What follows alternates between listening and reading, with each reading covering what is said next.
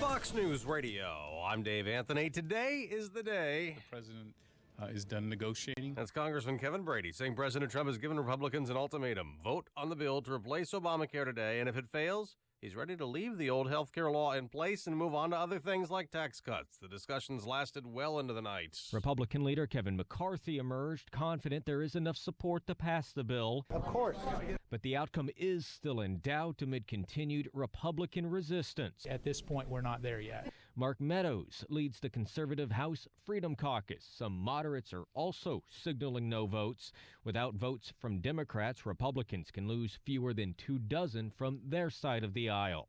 On Capitol Hill, Jared Halpern, Fox News. I still can't believe he's gone. In Utah, friends and family of Kurt Cochran, the American killed in the London terror attack. Shocked. Absolutely shocked.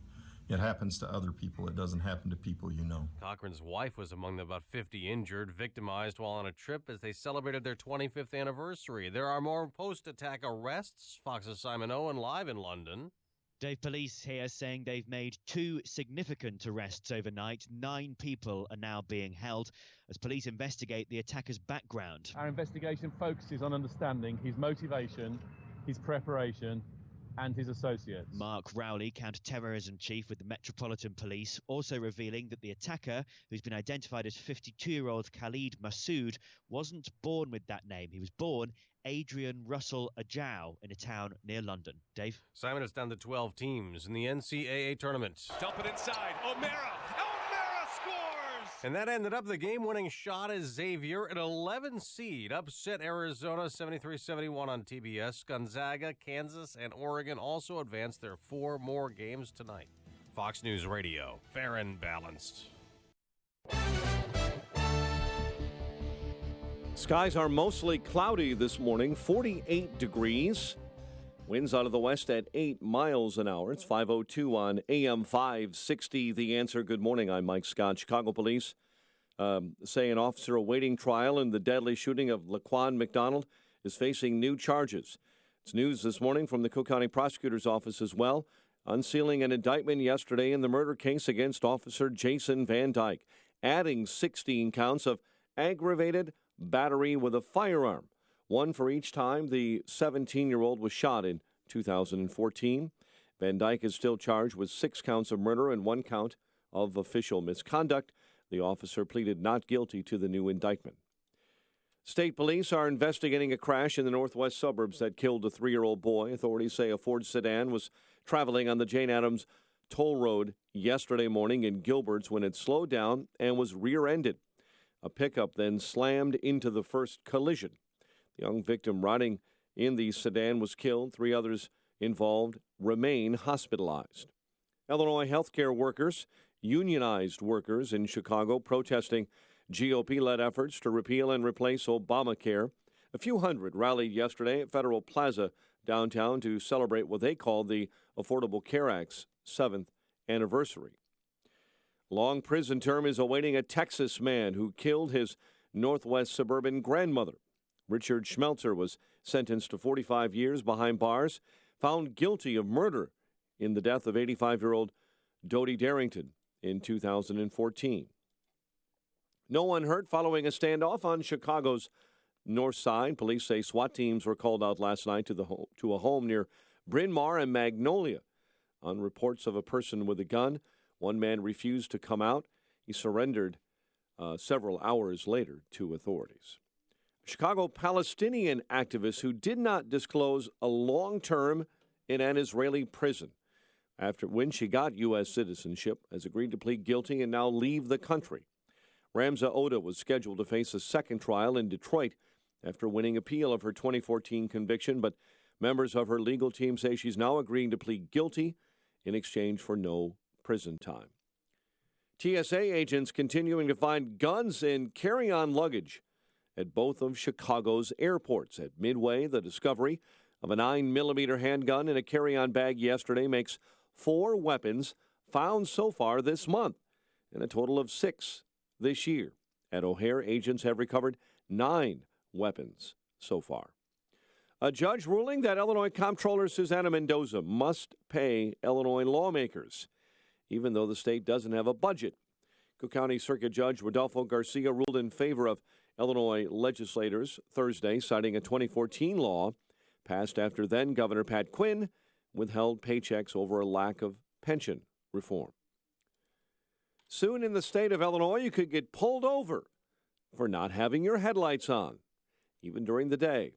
Lawmakers in Springfield earlier this week gave approval to a plan to require headlights all day long. Fine for driving without your headlamps on, $100. Most Caterpillar workers in the state are due for a raise under the company's new contract, but workers in Aurora may lose their jobs. Peoria Journal-Star yesterday reporting that the contract offer to the UAW includes raises as well as a large severance package that clears the way for CAT to close the Aurora plant. CAT is looking to move some of those jobs to Decatur. Artemi Panarin scored the game winner in a shootout. Blackhawks slipped past the Stars 3-2. Patrick Kane tallied in the shootout and in regulation. And because of a Minnesota loss, the Blackhawks are now 8 points clear of the Wild in the West. Bulls square off with the 76ers tonight at the UC. Bears bringing in veteran backup quarterback Mark Sanchez on a one-year deal. Cactus League play, Cubs play to a 5-all tie with the Diamondbacks while the White Sox beat the Reds. The news, a service of ADT, the security leader for over 140 years. Trust ADT to protect your home, your family, all you care about. When you have ADT security, it's more than a sign in your yard. It's a line in the sand. Visit ADT.com. 5:06, a check of traffic and weather on the way next on AM 560.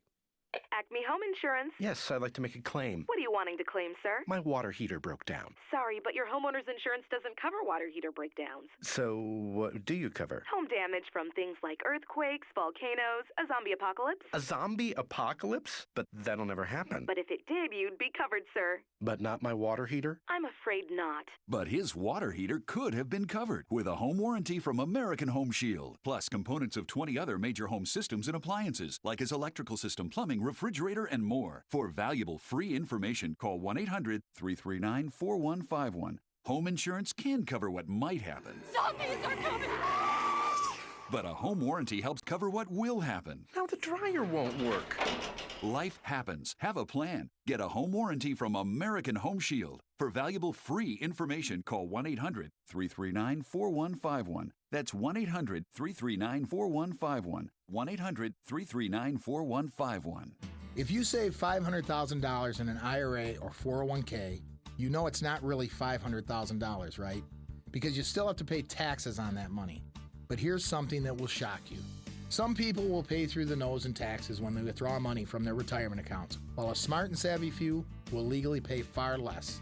Could you potentially save thousands of dollars in taxes on your IRA or 401k and keep this money for yourself? Yes, you could. Learn how in a free report called 6 Ways to Tax-Free Income in Retirement from me, Tom Fortino, host of the Alpha Wealth Hour.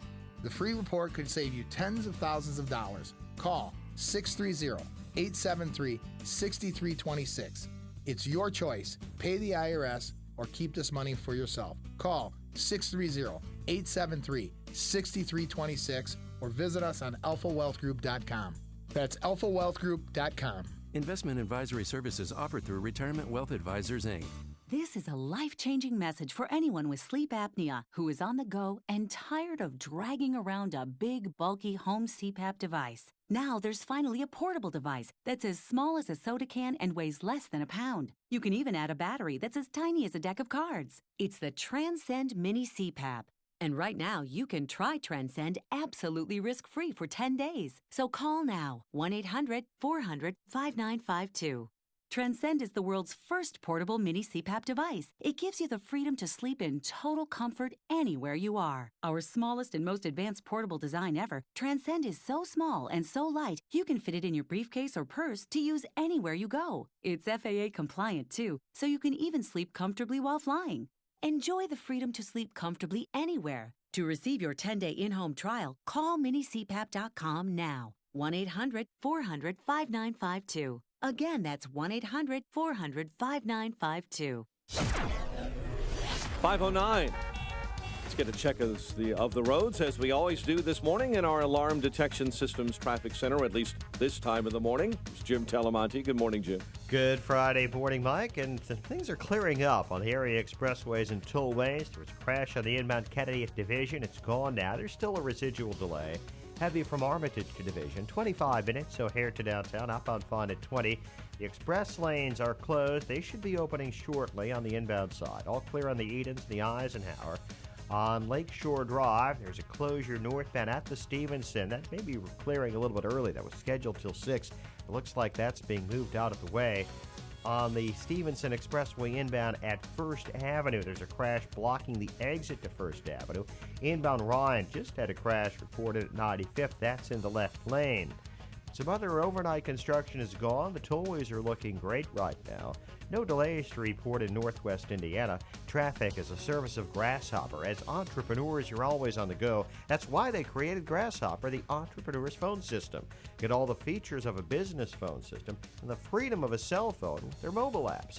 See how it works at grasshopper.com. Grasshopper, the entrepreneur's phone system. Traffic answers when you need them most. I'm Jim Talamonte on AM 560, The Answer. Chicago's Morning Answers starts next. Your official Chicagoland weather forecast from the aircomfort.com Weather Center, providing the right climate for business since 1935. Here's our meteorologist, Kevin Snyder. Plenty of clouds today and breezy with a high of 75. Mild tonight with rain and a thunderstorm, low 44. Cooler tomorrow for your Saturday with occasional rain, high 59. I'm Brian May on AM 560, The Answer. 47 at O'Hare, 47 along the lake, 42 this morning in Lansing.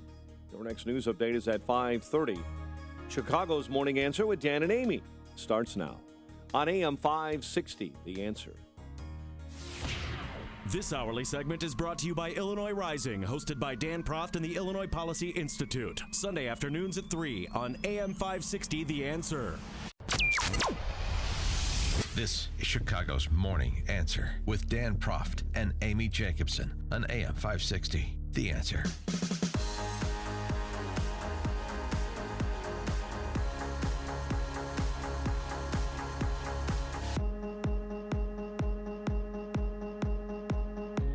Hello. What are you, shucking oysters over there? All I hear is tap, tap, tap, tap, tap, tap, tap, tap. Good morning, Dan and Amy and Sean O'Mara and the Xavier Musketeers move on, because what you do in crunch time is you go to the St. Michael's, Wheaton, and Bennett Academy grad.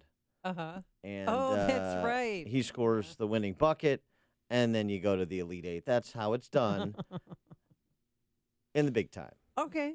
So how's your bracket? How's everybody's bracket? Purdue's out. Arizona's out. Michigan, he could have scored a three-pointer at the buzzer, but he missed the shot. So my bracket's looking pretty bad right now. Yeah. No. And also, too, Bill Murray, son, he's not a water boy or a manager. He's actually an assistant coach on the team. I had wrongly classified him as a student manager. On Xavier. Right. Yeah. And so Bill Murray's had quite a run this year, sports-wise. I mean, his beloved Cubs winning the World Series, and now Xavier's going to the Elite Eight for the third time in school history. So we'll. So that'll be. Yeah. I mean, so the great thing about Xavier going to the Elite Eight and continue their run is it's a unifying team, because. Because of Bennett. Because everybody roots for the Bennett grad. Right. And what's his name again? Sean O'Mara. Oh, yeah. Are you not paying attention? Sean O'Mara? Yeah. Remember? Yeah. Right. But tonight's these a big Irish deal. names confuse you. I know. Tonight's a big deal because it's date night for the Pences. Because Karen Pence went to Butler, so she and her husband, who just happens to be the vice president, are going to go to the Butler, North Carolina game. Oh, that's nice. I know. They're so cute. What is she going to wear her little bulldog jersey? If he's going to wear it, to show solidarity with his wife. But yeah, that'll be good. I think you're What? getting a little too intrusive into the Pence's private life. Is this uncomfortable? It's a little weird. Yeah, but I still have North Carolina winning it all, so I have one team left. But if North Carolina loses tonight, I'm just going to rip up my bracket because it's over. There you go. How's yours doing, though? What are you doing over there? I've already discussed this. Oh, my gosh. And I don't like to repeat myself. I've got Gonzaga winning it all. That's my only Final Four team. This is my worst performance in at least 7 years. So I had. I mean, I have Gonzaga advanced yesterday. Yeah. And Oregon advanced yesterday. Okay. And Xavier with the Bennett grad, Sean This is O'Mara, nothing advanced yesterday. to be ashamed of, Dan. It's okay. No, I don't like it. I don't like losing. Even though I'm an Illinois Republican, I should be used to it. I still don't like it. Doesn't feel good. We've got to update a few things here that happened overnight. One is 2 more what are being termed significant arrests made in the investigation into the London attack. So 2 more significant arrests, and then, of course, was reported yesterday 2 more dead, too. 2 more individuals, including a Utah man who died as a result of their injuries suffered in that London terrorist attack. Yeah, we reported his death yesterday, but we did not know that he was an American. He was hit on the Westminster Bridge, and his body, he actually flew over the bridge and onto the stairwell. And I don't know if you saw those pictures, but you can't unsee him once you see him. And his wife, she was mowed down by the car as well. She's survived. She broke her leg and a hip, but she'll be okay. But there's an iconic picture of her holding on to a woman who's trying to help her. And the look that she gives to the cameraman is just the most eerie photo you will ever see. And then last night, a 75-year-old man who was on life support, he's from London, he passed away. So you've got Total 4 4 civilians, 3 civilians and a police officer dead. You also still have 2 police officers in critical condition, as well as a number of others in critical condition, dozens of others injured, and a handful of individuals in critical condition. The interesting thing, too, and this was mentioned by Prime Minister May in her address, the victims, because that is such a tourist destination, the Westminster Bridge in downtown London, the victims span the globe. Yeah. And it speaks to the indiscriminate killing of terrorists. And I say that because one politician in Britain, British lawmaker Lord Digby Jones, said he doesn't believe the religion of the London attacker, who has now been identified, and I don't like to use the names of terrorists to give them any more publicity than they already get, so I don't use the name. But he had many names, by the way. Yeah, many aliases, and a storied relationship with law enforcement as well. But no terrorism, but just caught with a gun. I mean, a knife in 2003. That was his last arrest. British citizen Islamofascist. This British lawmaker, Digby Jones, doesn't believe the religion of the London attacker is pertinent. Washington Post reporting that you're safer in London than you've ever been, said Digby Jones.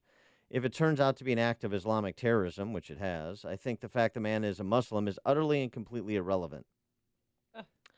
Living in a big city means being vigilant, having a police force that is in touch with communities. It means security services being ready, but it also means exchanging ideas and best practices. The terrorists chose to, and so that's Digby Jones. The big takeaway: the religion of the terrorist attacker is irrelevant. 312-642-5600 turnkey.pro answer line, 64636DA turnkey.pro text line. Do you agree with that? Is it irrelevant? No, it's what motivates him. I mean, they're claiming this morning that ISIS motivated him. At least that's what CNN was reporting. So, of course, it's relevant. You know, it's interesting. Something we didn't mention yesterday, but bears mentioning.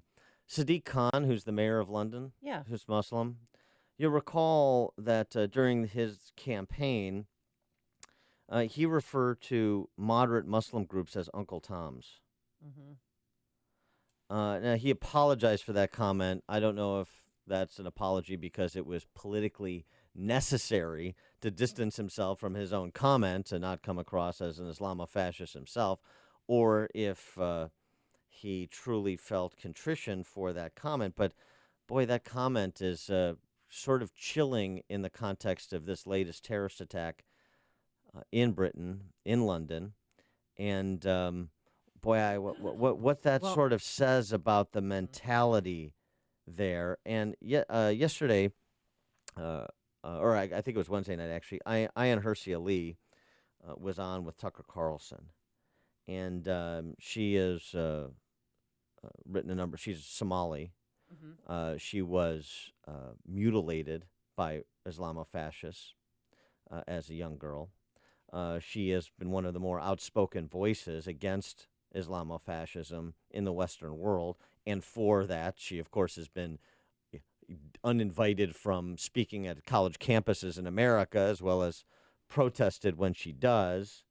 Here was her take on those who, as we were discussing with our friend Khalil Marar from Governor State yesterday, think that it's really important how we talk about these terrorist attacks, how we address the scourge of Islamofascism. Here's what Ayaan Hirsi Ali has to say about that. Or not. Hey, Okay, we'll try and get Ayaan Hirsi Ali after this. It's like a hot, steaming cup of information to start your day. It's Chicago's Morning Answer on AM 560. The Answer. I don't know.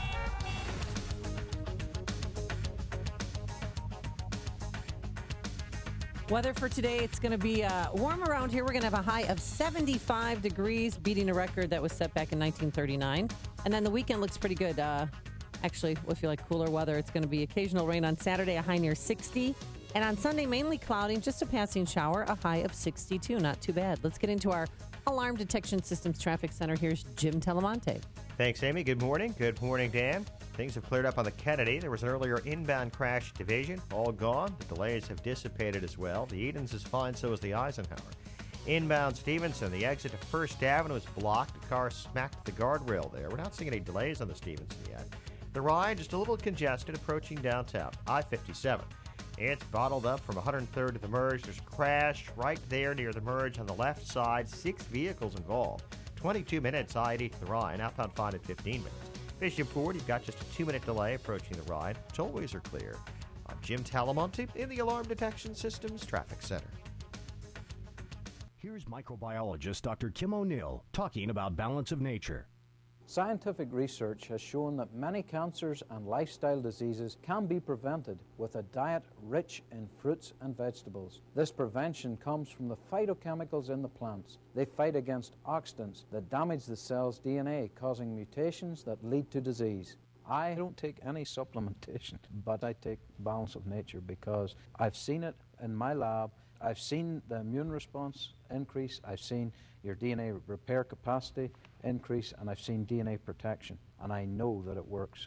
Balance of Nature is providing you the best offer they've ever given. 2 free months of fruits and veggies and free shipping. Call now for details. Call 1-800-2468-751.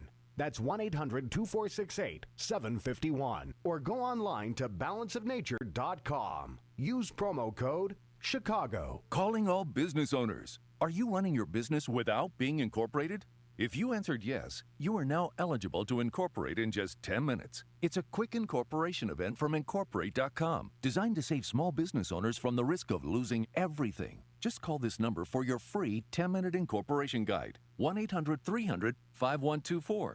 If you're not incorporated, it's not just your business that can be sued. It's you, too, which means you could lose everything. Your home, your car, even your life savings. That's why small business owners across the country are now scrambling to incorporate during this event. Call now for your free 10-minute incorporation guide while supplies last. 1-800-300-5124. Incorporate.com doesn't provide legal or financial advice. They just make incorporating or forming an LLC quick and easy. But hurry and call now while they're still giving these 10-minute incorporation guides away for free. Call 1-800-300-5124. That's 1-800-300-5124. AM 560, The Answer. Chicago's Morning Answer with Dan and Amy continues right now. And make sure to join me, Sean Hannity, this afternoon starting at 2, right here on AM 560, The Answer. Dan and Amy are talking about the London terrorist attack, updating what we know to be true as of this morning, which is 2 more dead, bringing the total to 4. Well, 1 more dead. I mean, we had 3 dead yesterday. 1 more person died, a 75-year-old overnight, while people were sleeping. I just... Total of 4 dead and 2 more arrested. Significant arrests. That's how London police are characterizing. That brings the total number of arrested in the case to 9, with 1 woman out on bail who had been taken into custody yesterday. In addition to that, you've got a British lawmaker, Digby Jones, suggesting that religion is irrelevant in this case. What would motivate him to say that? This is the attitude of so many of the left-leaning Western politicians. This is nothing new. I mean, it's an incredible statement, but it's the statement they make. And Ayaan Hirsi Ali, as we were mentioning before, on with Tucker Carlson, knows something on the topic. Had a response to people who say things like that and think that how we interact with Islamofascists is really important. I don't know. I acknowledge, as you do, that it's masochistic, it's stupid. And I think that if you look at the Islamists, they don't go to the liberals and say, thank you so much for letting us, take over. We'll stop terrorizing you. They don't do it. I mean, it's a laugh line, but it's not funny because people are actually pursuing this absurd line of reasoning. And she was mutilated as a child, right? Yeah, she's raised Somali. in Somalia. Mm-hmm. She's actually married to Neil Ferguson. Oh, really? A great Harvard historian. And she's been an outspoken voice on the barbarism that is attendant to radical Islamist culture, to this Islamist culture that you see on the streets of London and throughout the world. And she goes on to explain, just so we're all clear, here's the aim. Islamists want thing. They want one thing, and that is a Sharia-compliant society and eventually the world. That's what their aim is. It sounds crazy to you and me and everyone else, but that's their objective. And they want to get there through dawah. This is an infrastructure of indoctrinating people into accepting it, and other ways of intimidating and, forcing them to do it, and jihad, violence. And whoever is in their way is their enemy. And it doesn't matter how nice the liberals are, how accommodating and obliging they are, that's the objective of the Islamist. And if you don't understand that, then I don't think you should be in the business of making legislation or in the business of, the leadership, in thought leadership, because you're just incapable of understanding that problem. Yeah, she's speaking about Digby Jones and, frankly, so many members of the Democrat Party in this country. And she goes on to say, not only is it absurd, the appeasement track, it's also dangerous. I think we empower them because every time we appease and appease and appease, they see that as, they see God's hand, the way their perception of God, they see God's hand making it easy for them to advance their agenda. They don't see that here, is a decent, civilized society that is trying to understand them and give them time. Yes. And try to persuade them to put their weapons down. That's not how they see it. And you would think a country who had to suffer through Neville Chamberlain's peace in our time appeasement strategy with the Nazis in the run-up to World War II would be a little bit sensitive to people trying to appease totalitarians. But that's not where the left is in this day and age. Tony on the South Side, you're on Chicago's Morning Answer. Good morning, Dan. Good morning, Amy. Morning. Now, was this guy the lawmaker? His name was Dickey? Did I get that correct? Digby Jones. I'll go with Dickey. I like Dickey better. Okay. Anyway, listen, this guy is the same London lefties that sing from the same playbook, the same hymnal. He almost sounds like one of these shills that you find at an IBM, cloud social collaboration seminar in Newark, New Jersey, best practices, blah, blah, blah. It's all the same rot. I mean, I'm getting tired of hearing these people already. They're putting themselves in danger. The blood's on their hands. That's all I got to say. Thanks for the call, Tony. And the mayor of London, too, I mean, he wrote 6 months ago, or was interviewed 6 months ago about his town and about terrorist attack, and he said it's going to happen. I mean, to think that you can live in a big city and not have a terrorist attack, and some people saw that as, a prophetic statement that this attack was going to happen. I'm a little tired of politicians. Governor Rauner said it the other day, too. I'm a little tired of politicians saying it's going to happen, to try and kind of normalize this, to kind of control our expectations.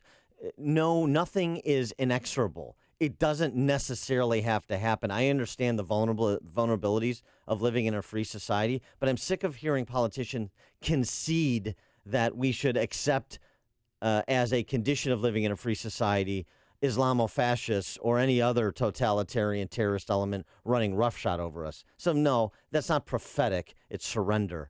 No, we got to go. Tom, in Schaumburg, sorry, we got to check the headlines with Mike Scott. 5:30 on AM 560, The Answer. Good morning, I'm Mike Scott. London counter-terror chief saying that Khalid Masood, the Westminster London attacker who killed 4 and injured 50 near Parliament, was born Adrian Russell Ajao. Chief Mark Rowley also announcing that a pair of significant arrests were made in the case, bringing the total number of people in custody to 9. A 10th person is out on bail. And this morning, one day after the deadly terror attack in London and subsequent investigations, a scarily similar attack in Belgium.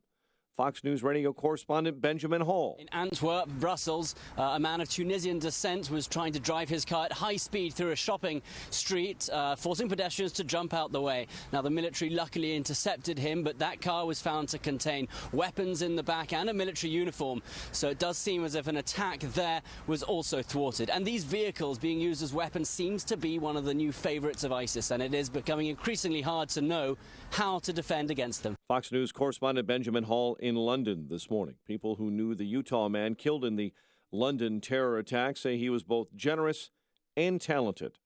His friend Evan Mullally says Kurt Cochran's death has left him struggling for words. A ton of different emotions at once. Anger, sadness, resentment. Investigators confirming that Cochran was killed, his wife injured during that London attack. House Republicans could be rolling the dice today with a scheduled vote on their health insurance reform overhaul. People that might have been undecided came up and spoke at the microphone and said it's time to get this passed, repeal or replace Obamacare. That's Representative Mark Walker, who spoke early this morning. High-stakes gambling comes as President Donald Trump says he's finished with negotiating, and the GOP holdouts will not hear from him again. He's determined to pursue the rest of his agenda, win or lose on the vote today. Leaders abruptly postponed a vote yesterday. Much debated Keystone XL pipeline project will take a big step forward today with approval, as the State Department is set to recommend the pipeline is in the interests of the United States. Deliberations resuming later today in the criminal trial of former Penn State University President Graham Spanier. Jury spent more than 6 hours deliberating Thursday without reaching a verdict regarding the child endangerment and conspiracy charges Spanier faces in the Jerry Sandusky sex abuse scandal. Chicago police officer awaiting trial in the deadly shooting of Laquan McDonald faces new charges. An indictment unsealed yesterday in the case against Officer Jason Van Dyke adds 16 counts of aggravated battery. TSA agents continuing to find guns and carry-on luggage at both of Chicago's airports, Midway and O'Hare. And people are continuing to leave the state of Illinois. Latest numbers from the Census Bureau show Chicago lost almost 20,000 people between 2015 and 16 in Cook County alone. Population declined last year by more than 21,000.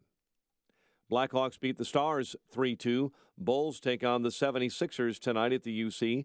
And the news is a service of ADT, the security leader for over 140 years. When you have ADT security, it's more than a sign in your yard. It's a line in the sand. Visit ADT.com. 534, a check of traffic and weather on the way next on AM 560. This hourly segment is brought to you by Papa Nicholas Coffee. Papa Nicholas Coffee, roasted fresh daily in Batavia, Illinois. Policies issued by American General Life Insurance Company, Houston, Texas. Not available in all states. For details, visit AIGdirect.com. Do you have a family? Would you like to help make sure they'll be taken care of if anything were to happen to you? If you answered yes, you probably need life insurance. Now, do you think life insurance is expensive? If you answered yes to that too, you definitely need to give AIG Direct a call. We could find you a $250,000 policy for just $14 a month, which means you could save hundreds of dollars a year.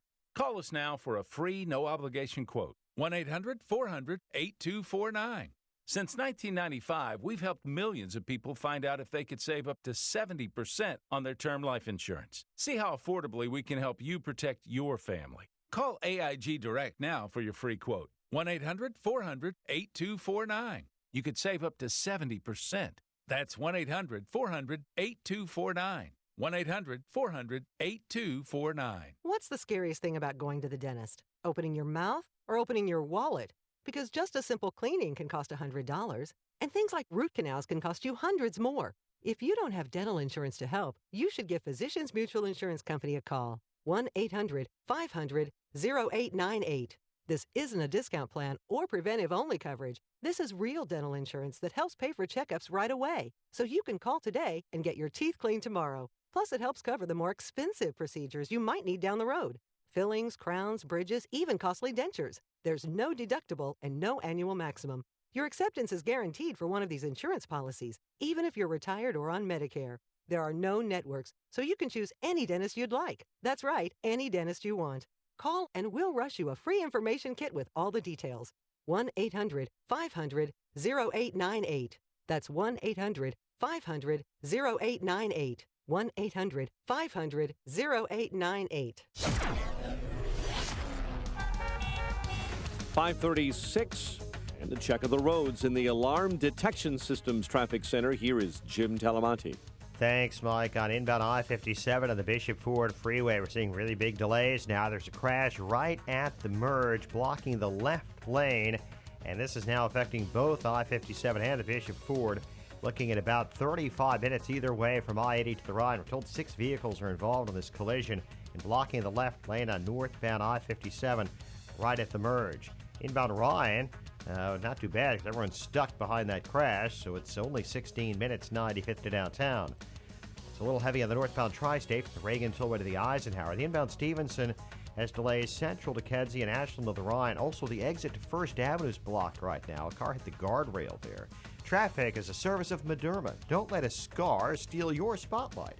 Use Mederma Advanced Scar Gel, the only once daily formulated scar care product clinically shown to reduce the appearance of scars. Visit Mederma.com to learn more about their growing family of skincare solutions. Traffic answers when you need them most. I'm Jim Talamonte on AM 560, The Answer. Chicago's Morning Answer continues next. Your official Chicagoland weather forecast from the AirComfort.com Weather Center, providing the right climate for business since 1935. Cloudy, breezy, temperature near the record of 79 that was set back in 1939.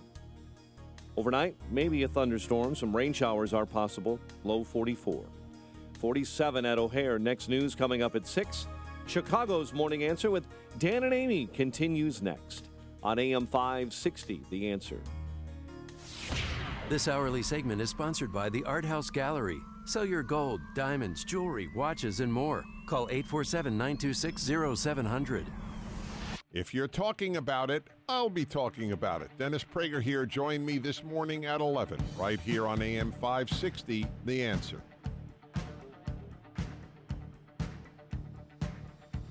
Good morning, Dan and Amy. So, Senate Minority Leader Pagliacci said he is going to oppose the Gorsuch nomination to the Supreme Court and demand that his caucus do the same, requiring a cloture vote, meaning Republicans need to get 60 to install Gorsuch on the high court unless they would exercise the nuclear option, so-called. And is that what's the nuclear option? Well, according to your idiot liberal friends, it's nuclear war. It was a woman in my yoga class who came in and her hair was on fire. Oh my God, we're going to war. Trump's going to invoke the nuclear option. That's still one of my favorite stories. I know, and I had to sit her down. Oh, actually, I told you Trump is going to take us to nuclear war because the Senate's talking about the nuclear option. It wasn't as refined of a statement even. Well, as I that. know, but that's what she was essentially but guess saying. What? I saw her the other day, and she actually listened to the show. She's trying to learn more about politics and how the system works. That's a good idea. I know, and she loved it. Oh, good. All right, well, fine. Then I'll stop making fun of her. Yeah. If well, you it's listen okay. to the show, then I stop making fun of you. Oh, okay, good. But I couldn't deal. believe it. And she told me the segments that she listened to and who was on and what she learned, and I was floored. Well, we do what we can. So here's Schumer explaining his position. After careful deliberation, I have concluded that I cannot support Judge Neil Gorsuch's nomination to the Supreme Court. His nomination will have a cloture vote. He will have to earn 60 votes for confirmation. My vote will be no, and I urge my colleagues to do the same. To my Republican friends who think that if Judge Gorsuch fails to reach 60 votes, we ought to change the rules, I say if this nominee cannot earn 60 votes, a bar met by each of President Obama's nominees and George Bush's last two nominees, the answer isn't to change the rules. It's to change the nominee. You're not going to find a better man than Neil Gorsuch. And they're great. The Democrats look stupid right now, and they're fighting really just a pathetic battle. I mean, they're not going to win. Nobody has signed on to Schumer's filibuster formally, although Bob Casey Jr., who's a Democrat from Pennsylvania, state that Trump won, up for re-elect, said he will oppose Gorsuch's nomination. So it's one thing to oppose it and maybe have a vote along party lines if you have no independent thinkers on the Democrat side, which seems to increasingly be the case. It's another thing to not allow that floor vote to happen until you can get to 60. So red state Democrats are in a bit of a quandary, and they're not like all too hep on Schumer's proposal, Schumer's filibuster call. Sounds like it's threats. Red state Democrats, Kim Strassel reporting in the Wall Street Journal, are floating a deal under which Democrats would allow Gorsuch's nomination to come for a vote in return for Republican agreement to keep the filibuster in place for future Trump nominees. You think that's a good deal? 312-642-5600, turnkey.pro answer line, 646-360-A, turnkey.pro text line. Or should they just go ahead and try and persuade some of those red state Democrats to allow the vote to go forward, in addition to perhaps even voting for Gorsuch's confirmation,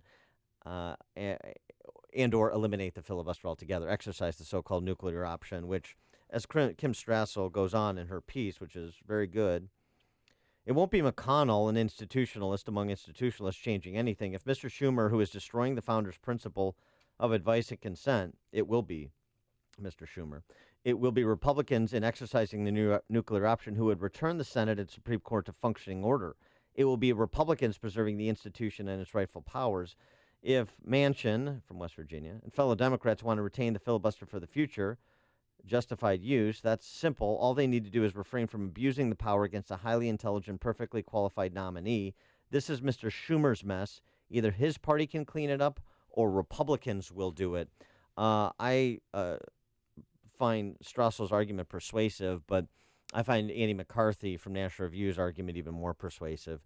And we've talked to him about this at the outset of this confirmation process right after Gorsuch was nominated. And basically, hey, don't wait to assess whether or not you need to use the nuclear option. Get rid of it.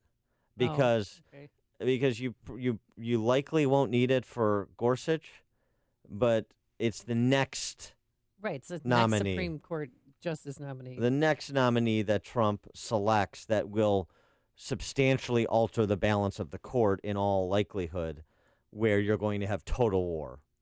And so why don't we just dispense with the melodrama and understand this is going to be a 50+1 proposition, not a 60-vote proposition, because you see what the Democrats are doing, what Pagliacci is doing in particular, with respect to somebody who has been rated highly qualified by the American Bar Association, its highest rating. He's got former Obama Solicitor General and people across the ideological spectrum singing his praises, even if they disagree with his underlying judicial philosophy, and all of the collegiality in the Senate.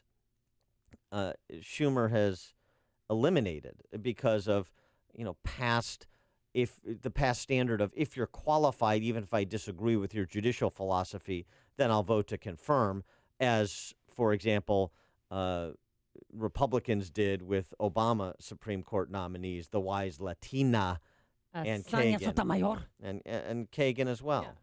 Well, so politics is really all about, I'll give you what you want, but I need something in return? I mean, that's pretty much what Schumer's saying, right? No, that's not what he's saying. He's saying I'm going to filibuster this to appease my MoveOn.org hysterical base. That's what he's saying. Well, what about Senator Al Franken or Dick Durbin? Have they signed up for this yet? Nobody has formally declared their support for it, but that may be forthcoming. That's not the point. The point is Republicans have all the leverage. And when Democrats have their foot on your neck, they press down. Republicans should do the same. That's the culture that's been created. That's the culture that Schumer wants to propagate. The filibuster is, I mean, it's a piece of the advice and consent process, but there's nothing to be found in the Constitution about the filibuster. So it is a piece of an aspect, a cultural touchstone of the Senate as an institution, but it is not a constitutional principle on which one must fall on his or her sword. And so I say dump it. This is, a representative republic is, generally speaking, majority rule. Get rid of it. And by the way, there was an exchange on the last day of Gorsuch's hearing with him present between him and Ted Cruz, where it was really just kind of Ted Cruz talking through Gorsuch to the Democrat members of the Judiciary Committee. And it was brilliant. This is why Cruz is so much fun, because he's such a great, facile legal mind. He made a point I hadn't thought about in the political furor of the day, but he did a really nice job exposing Democrats' hypocrisy when it comes to the standard they've set for politicians criticizing judges. We've heard over the past several days a number of my Democratic colleagues in Congress bemoan and condemn, quote, vicious and reckless and personal attacks against judges. What they have called a, quote, unprecedented attack against the credibility and independence of the judiciary. And so if I understand their argument correctly, it is completely inappropriate. It is an absolute abuse of power to criticize, to malign, to attack judges. Isn't that what Democrats have said in response to Trump's pronouncement on judges? Mm-hmm. Yeah, that's what they said. So Ted Cruz then reflects on the record of Democrats and their criticisms of a sitting appellate court judge named Gorsuch. So if you are and will continue to be a federal judge on the Court of Appeals, it's interesting to assess how my Democratic colleagues have fared under their own test, that it is inappropriate, that it is offensive to somehow malign a federal judge.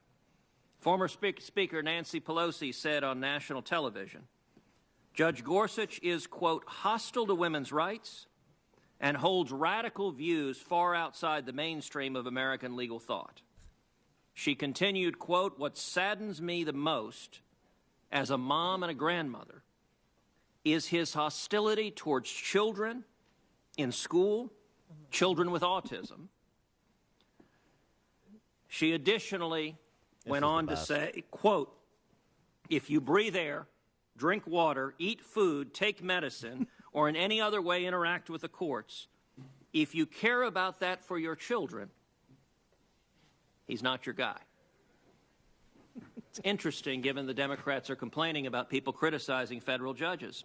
Senator Whitehouse on Monday said, quote, tellingly, big special interests and their front groups are spending millions of dollars in a dark money campaign to push your confirmation.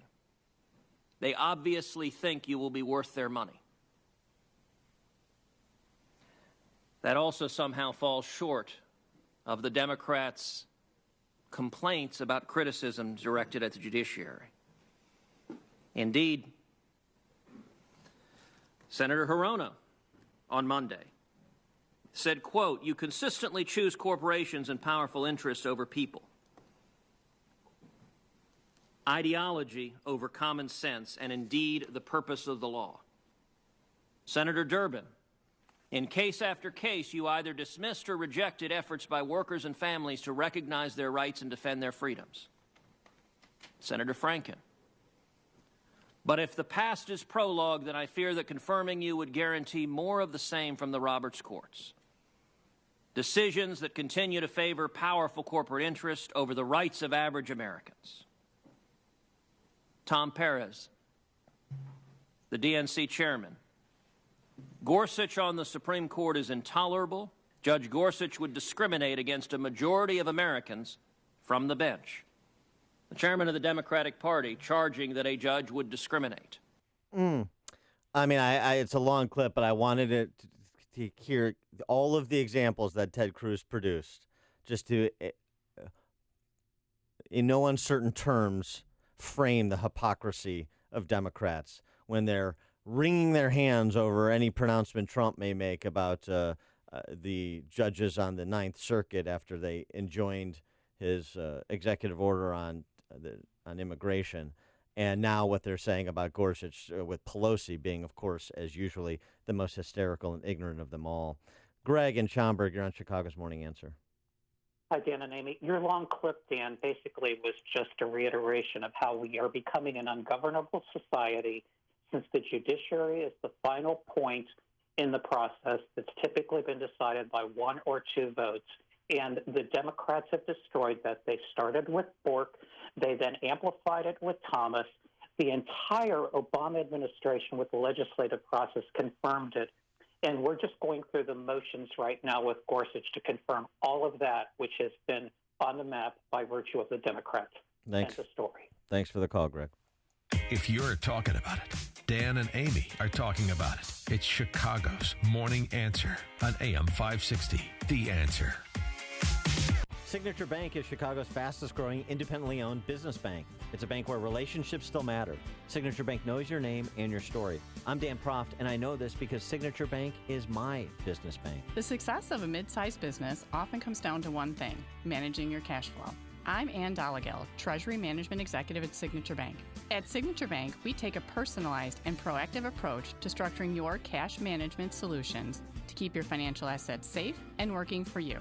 Our automated accounts receivable and accounts payable technology allows your business to grow without adding to your overhead expenses. And what truly sets Signature Bank apart is our personal approach. We get to know your business by rolling up our sleeves to work alongside you. Call me today for a review of your company's operational challenges. Signature Bank is looking for their next success story. Learn more about turning your business vision into reality. Visit signature-bank.com. Signature Bank, helping local businesses succeed. Member FDIC, Equal Housing Lender. Hey, you're probably not thinking about back to school season. In fact, most parents and with kids are more likely to be planning their spring break. But now's the best time to think about where you'll be sending your son or daughter to school this fall. It's a big decision, and you may have felt like private school simply wasn't in the budget for your family. Well, we want you to think again and remind you about halfpriceschools.com.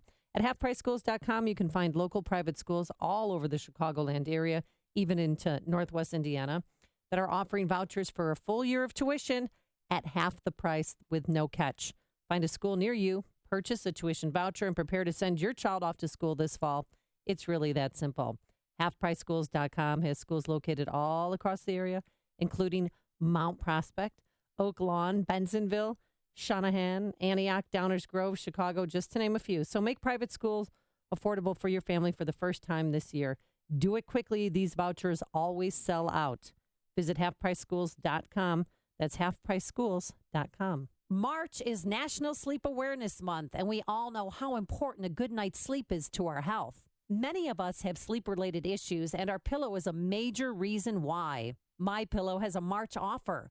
Through March, you'll receive a 50% discount on the 4-pack. That's 2 premium MyPillows and 2 Go Anywhere MyPillows. With a MyPillow, you can move the patented fill to give you the exact support you need regardless of sleep position. You'll get into deep sleep faster and stay there longer. No waking up to a stiff neck or headache. They're manufactured in the U.S. and have a 10-year warranty. I love that it's washable and dryable, and it comes with a 60-day money-back guarantee. Get your 50% off the 4-pack by calling 800-489-0201 and use the promo code Amy. If you've been putting off purchasing a MyPillow, it's time to finally start getting a great night's sleep. I know I do.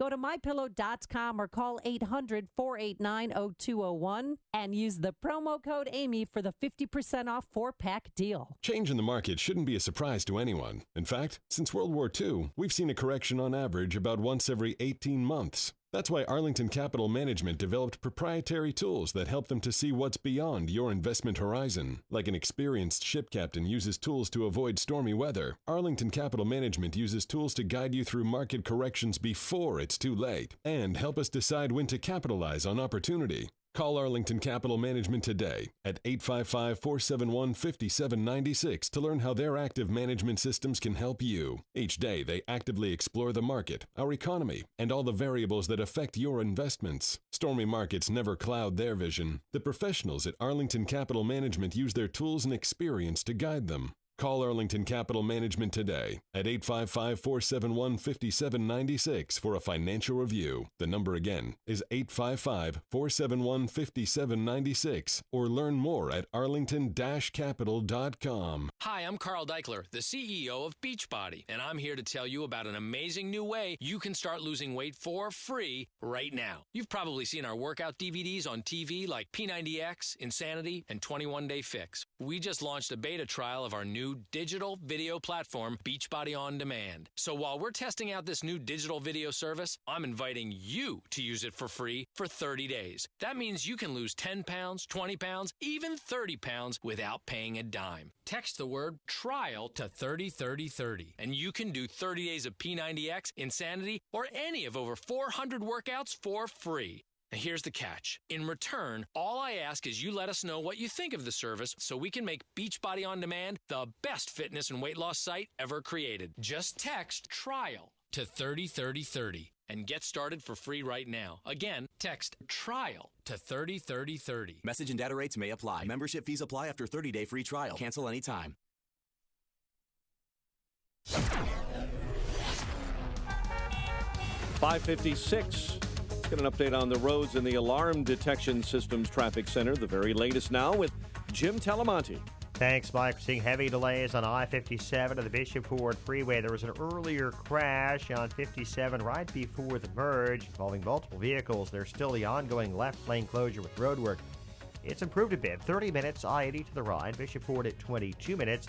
And the Rhine is 22 minutes, 95th to downtown. In the express lanes right near the Skyway, there's a truck fire blocking the right lane. Eden's clear. Kennedy's still fine. The Eisenhower is fairly light, just a little congestion around 25th Avenue. Inbound Stevenson, the exit to First Avenue is blocked with a crash. Then delays start around Harlem. 40 minutes from 355 to Lakeshore Drive. Outbound 5 to 34. Northbound Tri-State slow approaching 290. Traffic is the service of Staples. Staples has all you need for your business at low prices, like paper, ink, and toner, even office furniture and technology.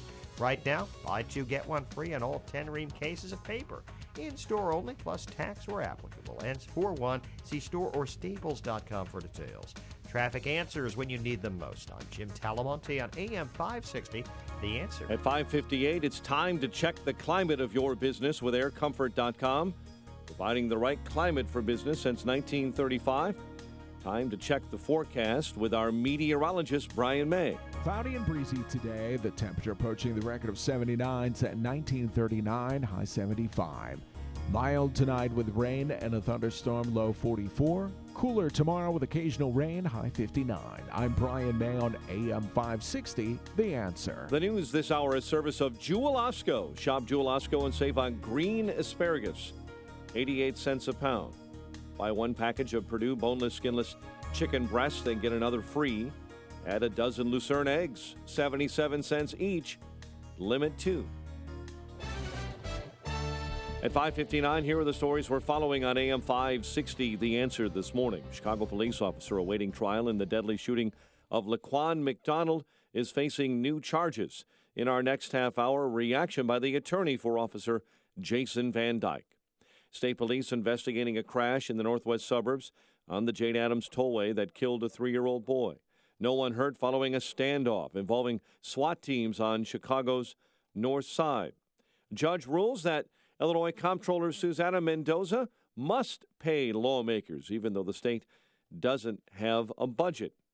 Most Caterpillar workers are in for a raise Unionized UAW workers are in good stead under the company's newest contract, except for workers in Aurora, who all may lose their jobs or may have to move with their job to Decatur.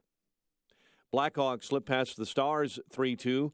Bulls square off against the 76ers tonight at the United Center. There's more Dan and Amy coming up after Fox News. Right now, 47 degrees at O'Hare and WIND Chicago News Time, 6 o'clock. Fox News Radio. I'm Dave Anthony. The White House is telling House Republicans this is the only train leaving the station that's going to be repealing Obamacare. And it's leaving today, but will conservatives be on board? Spokesman Sean Spicer delivering President Trump's ultimatum: pass the bill today or he'll leave the law in place and move on to other issues. Fox's Rachel Sutherland live in Washington. Dave, the House Rules Committee is going into session at this hour as Republicans scramble to get the health care bill to the House floor after President Trump did walk away from the table last night. North Carolina Republican Mark Walker says the president is done negotiating. At his request, in the leaderships, we're moving forward with the vote. It's still unclear if Republicans have the votes to pass the legislation. Some hardline conservatives say the bill doesn't go far enough and will not bring down the cost of premiums. A final vote in the House could come late this afternoon. Dave. Rachel, the controversial Keystone Pipeline blocked by the Obama administration has new life under President Trump. The State Department is expected today to recommend it, clearing the way for White House approval to carry oil from Canada to Texas. He was scared and didn't want to die. The survivor talks about the terror on a British bridge Wednesday. Just tried to defend myself as I could. So I just put my arms forward and, the car just tumbled me over. There were more post-attack arrests today. Fox's Simon Owen live in London. Dave, 9 people now in custody. There were 2 more arrests overnight as police look to learn more about the attacker, identified as British 52-year-old Khalid Massoud. London's counter-terrorism chief, Mark Rowley. My determination is to find out if either he acted totally alone or if others have encouraged, supported or directed him. The number killed in the attack rising to 4 in addition to the attacker. Police saying another 2 people are critically injured. Dave? Simon, there's a search in California for 2 missing little boys, age 1 and 2, who were inside a car stolen last night in Cathedral City near Palm Springs. Fox News Radio, fair and balanced. Do you own or run a business in Illinois that succeeded in this challenging economic environment? If so, we want to hear about it. AM 560's Business Tour 2017, presented by Signature Bank, will be highlighting business success stories. Tell us your story and be a part of a live broadcast of Chicago's Morning Answer with Dan and Amy. Find out more and submit your information at 560theanswer.com/business. That's 560theanswer.com/business. I'm Jay Farner, president of Quicken Loans. Changes in Washington are not only affecting the nation's economy, but your families as well. Quicken Loans can show you how to take advantage of a cash-out refinance to pay off credit card debt or invest in home improvements. In fact, you may be able to eliminate private mortgage insurance. No matter what's happening in Washington, it's always a smart move to call us at 800-QUICKEN. The rate today on a 30-year fixed-rate mortgage is 4.375%, APR 4.6%. Experience the confidence that comes from working with a mortgage partner that has your best interest in mind. For 7 years in a row now, J.D. Power has ranked Quicken Loans highest in the nation in customer satisfaction for primary mortgage origination. And for the 3rd year in a row, they've also ranked us highest in the nation for mortgage servicing. Call 800-QUICKEN today or go to QuickenLoans.com. That's 800-QUICKEN. Visit jdpower.com for award information. Call for cost information and conditions. Equal housing lender. Licensed in all 50 states. NMLS ConsumerAccess.org, number 3030. This hourly segment is brought to you by the IRS Radio Hour with attorney Stephen Leahy every Sunday afternoon at 5 on AM 560, The Answer. This is Chicago's Morning Answer with Dan Proft and Amy Jacobson on AM 560, The Answer.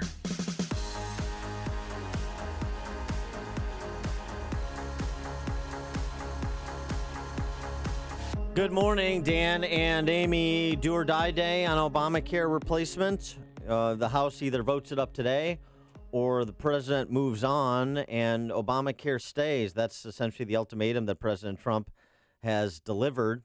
A vote expected today. Kevin McCarthy, House Majority Leader, last night suggesting what will come this afternoon. When will this vote take place? Well, there's not enough time to take place tonight because we'd have to go to rules and move forward. But we will vote tonight on a rule that allow us to vote tomorrow. We'll have conference a little later this evening, bring people together about where we are. We've made progress today, and it's our hope that we'd be voting tomorrow after debate.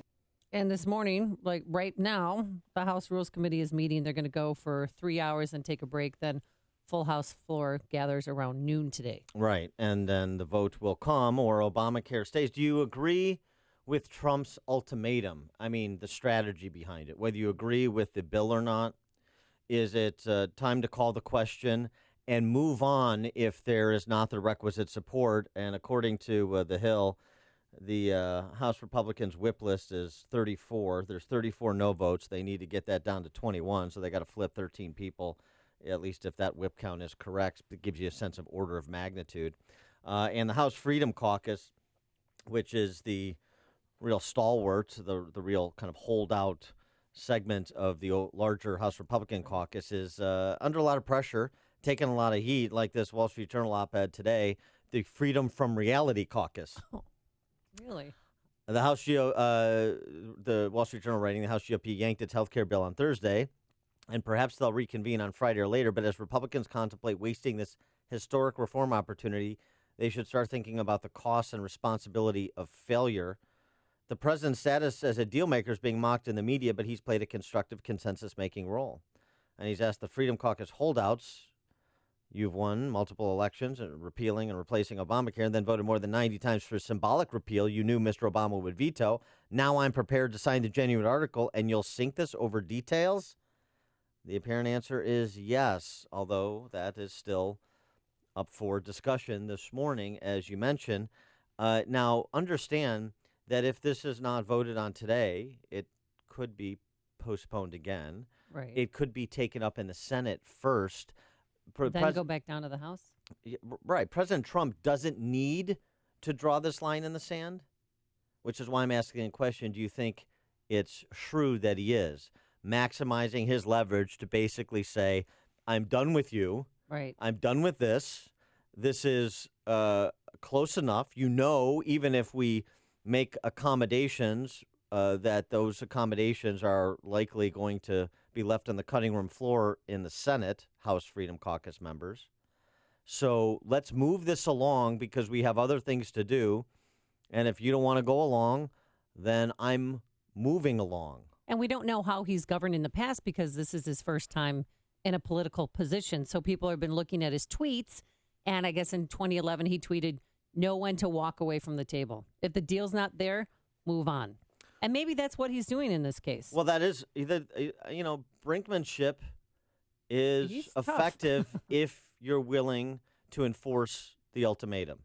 But this is a critical test. Oh, I'm sorry. And I wouldn't be surprised if he is. Mm-hmm. Here's what the Freedom Caucus lists of demands, by the way. Right. And what concessions did they make to them yesterday?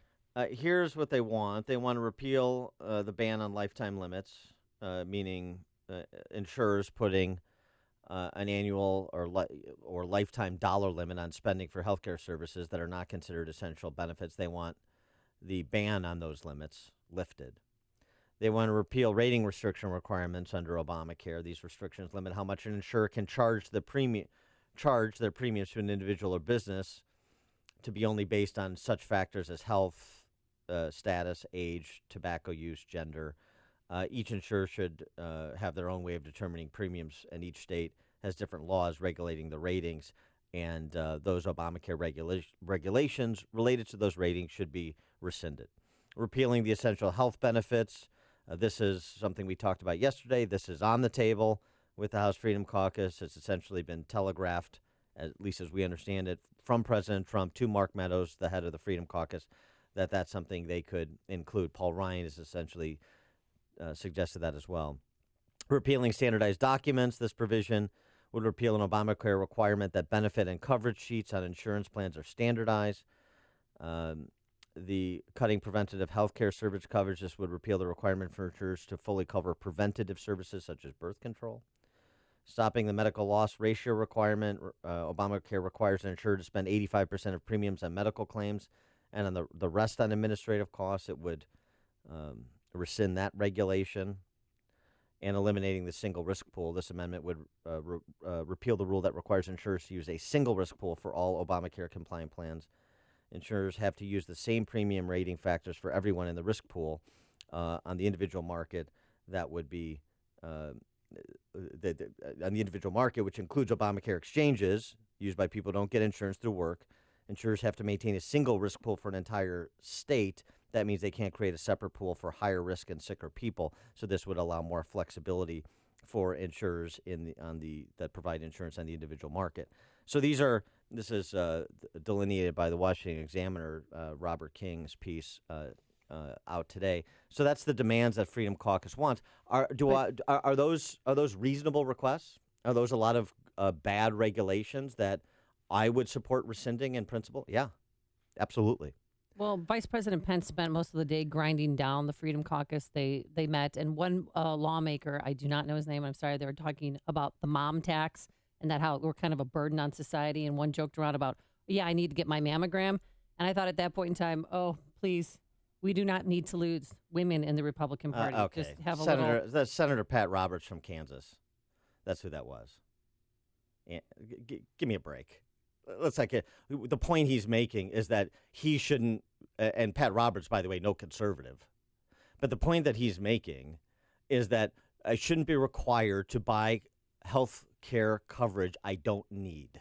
That's the point he's making. So let's get over our hysterical responses to the hysterical media about somehow that's a slight against women. I know he apologized because he's a pansy. So, of course, he apologized. Anytime somebody pushes him, he doesn't push back. That's why he got a conservative challenge when he ran last time. But this, that mammogram comment is somehow misogynistic. Nonsense. This is a time we're talking about health insurance. This is for adults. This is an adult conversation. This is not about misinterpreting. Don't bring our anatomy into it and the procedures that we get into it. It's not a joke. It's not. I don't know what he was trying to do there, but just stick to the script. Let me restate this one more time. By suggesting that he doesn't need a mammogram, he's suggesting that he shouldn't be forced, and neither should Americans, to pay for health care services they don't need. Is that going to happen? That's what the Freedom Caucus wants. Will there be concessions to that? Jim and Joliet, you're on Chicago's Morning Answer. Hi, good morning. How you doing? I think actually this was kind of a brilliant move, and I don't think it's necessarily directed so much at Republicans, because think of what's going to happen.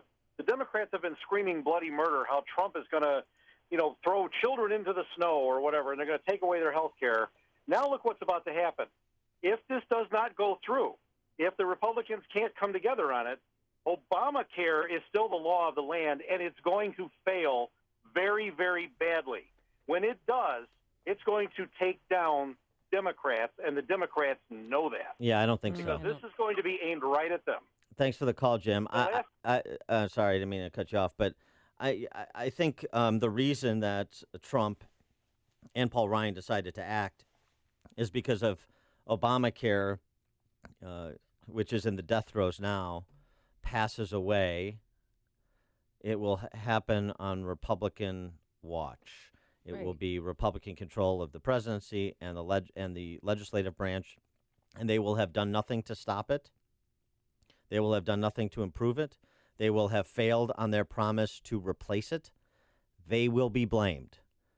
This idea that you will win an election by inflicting pain purposefully, and that's how it'll be sold, and say, hey, we told you so. No, you see, that's the reason we put you in majorities in Congress and put Trump in the White House, is not to say we told you so from policies we already oppose. It's to correct those policies so we didn't get to the we told you so period. So this idea that if Republicans do nothing and Obamacare continues to implode, finishes its implosion, that Republicans will just say, see, we told you, and that will be their cover story. I don't think that's a cover story they sell. I don't think that's a cover story they sell politically. And I suspect that you have a lot of Republicans looking at the polling on this right now. I'm talking about the AHCA, the American Health Care Act, the replacement legislation. Quinnipiac poll says American voters disapprove of the replacement proposal 56-17. Republicans support the bill 41-24. AHCA is underwater by 26 points among non-college whites, underwater by 46 points among voters 50-64. So sort of kind of Trump's base. And that may be what they're looking at. But if you're looking at that, that's short-sighted. Because those numbers will change if nothing is done to present and install a replacement, and the continued hammering that Americans are taking under Obamacare is not ended. That is going to redound to the detriment of Trump and Republicans on net, I suspect. And speaking of changes, CNN reporting now that 31 are voting against it or leaning toward a no. So it went from 34 to 31.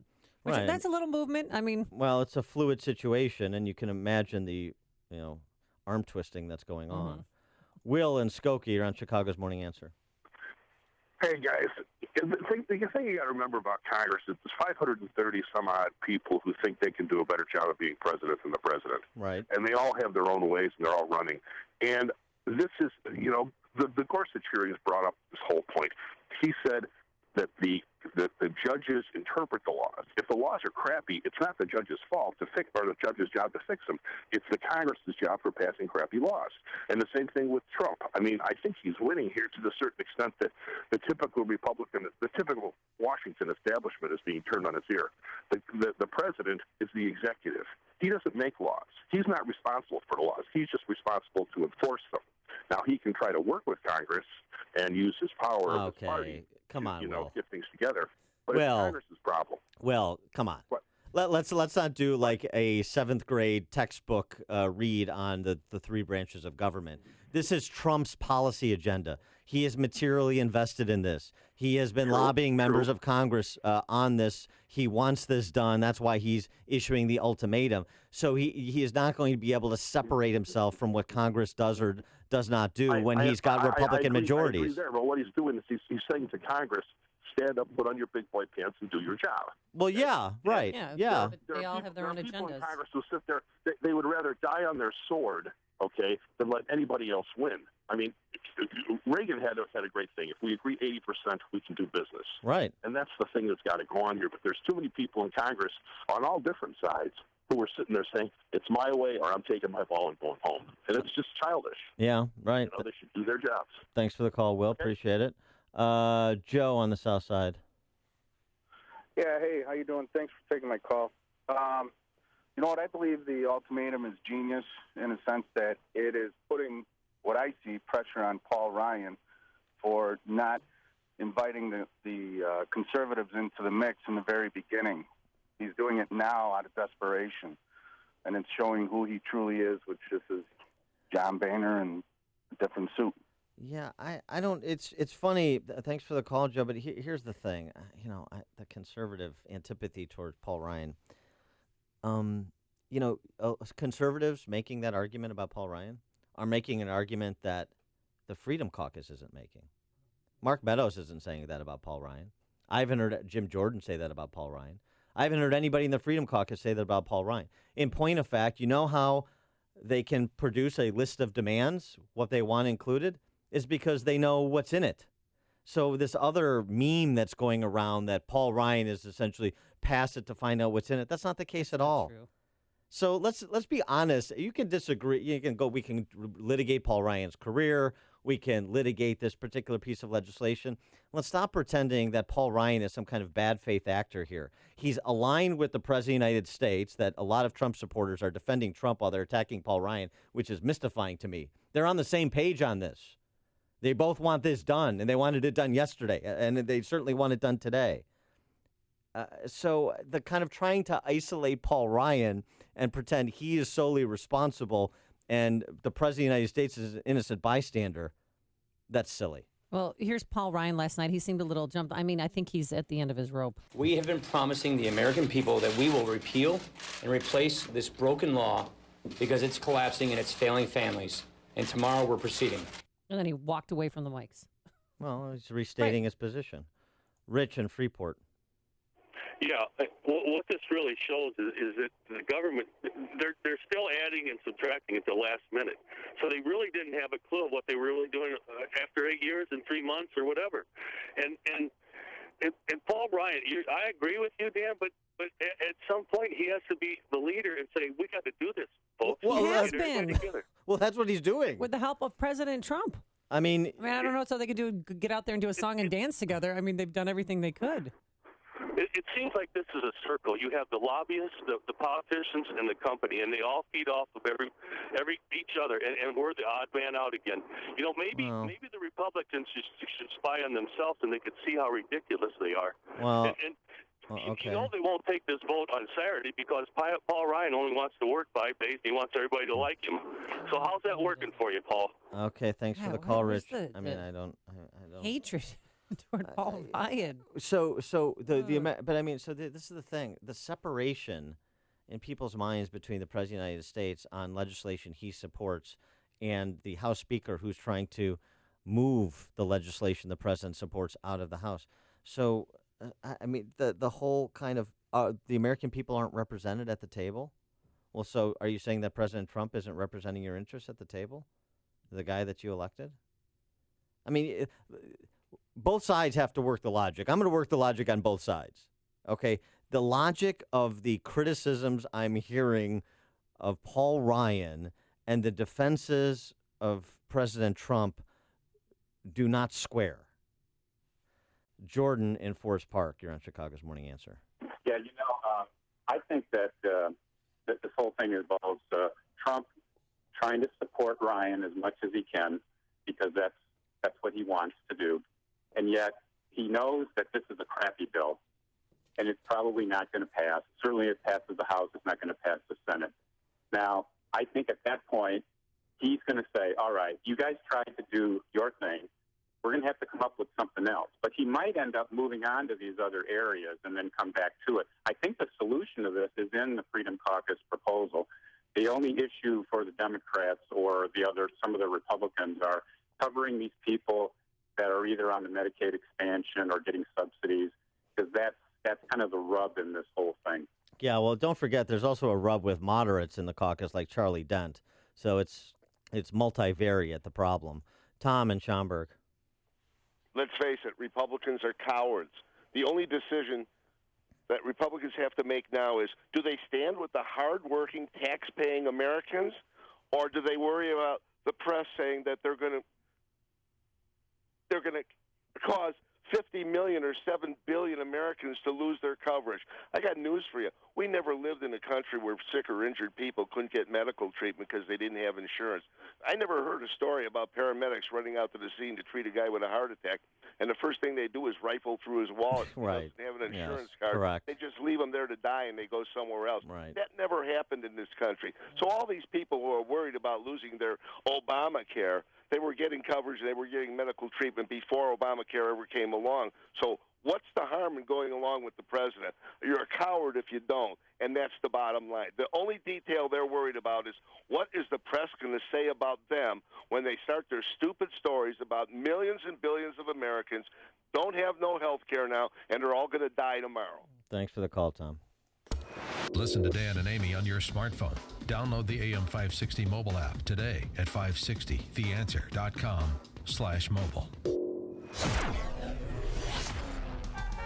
You're going to love today. It's going to be warm. We're going to have some clouds. It'll be breezy. A high of 75 degrees. That's nice. And then tonight, some rain and thunderstorms. And Saturday, cooler with occasional rain, a high near 60. And on Sunday, mainly cloudy and a quick passing shower, but warm, a high of 62 degrees.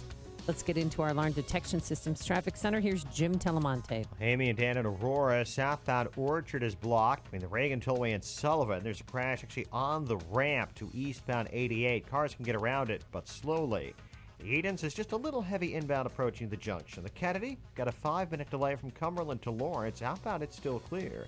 Inbound Eisenhower, 38 minutes. Thorndale to the post office. Outbound 31. Inbound Stevenson delay start at First Avenue. 42 minutes, 3:55 to Lakeshore Drive. Outbound, it's fine. To Ryan is 25 minutes, 95th to downtown. I-57, 28 minutes. I-80 to the merge. Bishop Ford, 21. I'm Jim Talamonte in the Alarm Detection Systems Traffic Center. How would you like to have insurance for your computer network? Something to protect your hardware and software, and more importantly, give you peace of mind? Well, using Turnkey IT for installation and support of your systems is like having insurance for your computer and for your network. For one affordable monthly payment, your company gets a full team of certified technicians who are there for you, working in the background to ensure your systems are up and running. They'll help you over the phone and make house calls to your workplace. And Turnkey IT doesn't wait until there's an emergency call because they work hard to take preventative measures to keep your network secure, backed up, and running nonstop. Turnkey IT can protect your network with the Turnkey experience where everything is included. Office 365 hosting, advanced network protection, cloud backup, disaster recovery, and unlimited remote and on-site support. So find out what Turnkey IT can do for your company today. It's easy. Just visit turnkey.pro. That's turnkey.pro. If you're missing teeth or even a single tooth, dental implants are a fantastic way to regain your confidence, your smile, your dental health. Hi, it's Mike Gallagher. You hear a lot of people screaming at you about dental implants. Get it done in a day, or we can treat everybody, or hundreds of thousands of implants. Look, successful implants don't come from an implant factory. What you don't hear talked about is skill, treatment, and installation. These are what make for successful lifelong implants. And that's why you need to see Dr. Norouzi at Fox River Periodontics. Dr. Norouzi is the recommended choice of dentists that don't do implants. You need the experience, skill, and honesty that 24 years of dental implants brings. This is Dr. Norouzi. I personally guarantee your happiness with your implants. Call Fox River Periodontics, 630-232-7400, 630-232-7400, or just remember, implantsforme.com, implantsforme.com. Sometimes things don't turn out the way you expect them to, like Chicagoland weather. It's so unpredictable. Should I wear shorts or do I need a winter coat? I think the weather people just throw darts at a board and guess. Oh, look, I got rain. No matter what the weather throws at us, be ready. Smart businesses rely on Air Comfort to keep them and their customers warm or cool, depending on which way our weather turns. Air Comfort is one of the largest commercial and industrial service groups in the Chicago area, with dedicated factory-trained technicians that take a scientific approach to analyzing your system. They have comprehensive year-round preventative maintenance programs and emergency service, plus design, build, and install equipment for new construction and retrofits of existing mechanical systems. Now is a great time to call Air Comfort and schedule an analysis of your company's mechanical system by their certified, award-winning engineering team. Call 708-345-1900 or visit aircomfort.com. Air Comfort, providing the right climate for business since 1935. Balance of Nature's fruits and veggies. I was diagnosed with congestive heart failure. I went from being able to work 14, 16 hours a day with no problem to where I could barely walk a block to the store. I went on to the phytonutrients about 6 months ago, and within a couple of months, my medical doctor had cut my prescriptions down in a little bit smaller dosage. The next time I went back a month later, I walked into the doctor's office and he says, "My gosh, what's happened to you? You don't even look like the same person." He looked at my legs and the swelling had gone down. My blood pressure was down. The venous stasis ulcers that I had had on my legs for the last 4 or 5 years because of the poor circulation were all healed, and I'm feeling far better. The new challenge will allow you to receive 2 months of Balance of Nature's fruits and veggies free. And we'll even ship them to you free. Call now for details. Call 1-800-246-8751 or go online to balanceofnature.com. Use promo code Chicago. The sounds of an accident. You or a loved one has been injured. Your mind is racing. What happened? Is everyone okay? What now? I'm Dan Compton of Compton Law Group. We know that at a time like this, you want answers. More importantly, you want justice for what has taken place. If you or a loved one has been injured, please, before you sign something or talk to anyone, call Compton Law Group. This is our specialty, fighting for your rights, fighting for you, and making sure that justice is served. You can reach me at 847-742-6100. That's 847-742-6100. It's my job to make sure that you, your family, and your loved ones are protected and compensated properly. We handle nursing home accidents, car, truck, and motorcycle accidents, construction accidents, and medical malpractice. When accidents happen, and they will happen, make sure you have Compton Law Group on your side. 847-742-6100 or online at ComptonLawGroup.net. When accidents happen, take the appropriate action with Compton Law Group, located in Elgin and serving all of Chicagoland. AM 560, The Answer. All right, don't let the door hit you on the ass on the way out. Ramsa O'Day, Resma O'Day, she gone, convicted terrorist and organizer of the recently concluded Day Without a Woman protest, because the left wing likes to elevate their terrorists. Normally they get positions at universities in Illinois, but this one was a organizer. Do you think people knew that she was a terrorist? Yeah, I do. When they hired her? I do. To organize a day without woman. A day without woman. Rasma O'Day, 69, will avoid jail time as part of a deal. The deal, she will plead guilty to unlawful procurement of naturalization, lose her U.S. citizenship, and be forced to leave the country, but will exit the U.S. without having to serve any more time in prison or ICE detention. The government was originally looking for a sentence of 5 to 7 years. Her case has been in limbo since 2014, when a judge sentenced her to 18 months for immigration fraud for lying on her visa and citizenship forms about past terrorism convictions and her ties to a terrorist group. She was a member of the Popular Front for the Liberation of Palestine. She was convicted in Israel in 1970 of taking part in 2 bombings, one at a supermarket in Jerusalem, another at the British consulate. 2 Israeli students were killed in the supermarket bombing. Why isn't she in jail? She was. And then she came here and became a U.S. citizen. And now How could she become a U.S. citizen? Making America great again by getting rid of terrorists like Rasma O'Day. Hat tip to the Trump administration. Yeah. Coming up on Chicago's Morning Answer. Damn tootin', sister. Yeah, the House Intel chairman apologizes, and a father from Wisconsin stands up for his daughter after she's accused of selling sex toys in school. But first, let's go into the newsroom. Here's Mike Scott. 50 degrees. We have some clouds this morning. No more talk. Time for a vote. That was President Donald Trump's message to GOP lawmakers late last night following a day of proposed changing and negotiating over the Republican plan to replace Obamacare. We have been promising the American people that we will repeal and replace this broken law because it's collapsing and it's failing families. And tomorrow we're proceeding. House Speaker Paul Ryan. Presidential spokesman Sean Spicer says Chuck Schumer's opposition to Supreme Court nominee Neil Gorsuch is deeply disappointing. From day one, we've said that the president made an inspired choice with the nomination of Judge Gorsuch. The American Bar Association has given them their highest rating of well qualified. New York's Chuck Schumer is the Senate Democratic minority leader. Senior Trump administration officials say the State Department this morning will be giving the okay to the Keystone XL pipeline, clearing the way for the White House to grant a presidential permit to TransCanada to build that $8 billion pipeline. The father of the Germanwings co-pilot, you recall that co-pilot crashed a plane in the French Alps, killing everyone on board, now wants to exonerate his son. He'll hold a news conference later today on the second anniversary of that disaster. Gunter Liebitz is suggesting that investigators failed to examine all possible angles in the crash that killed 150. A Maryland high school has been thrust into the national immigration debate after a 14-year-old student was raped in a school bathroom by classmates. A spokesman for the district, Derek Turner, says they're receiving phone calls from across the country.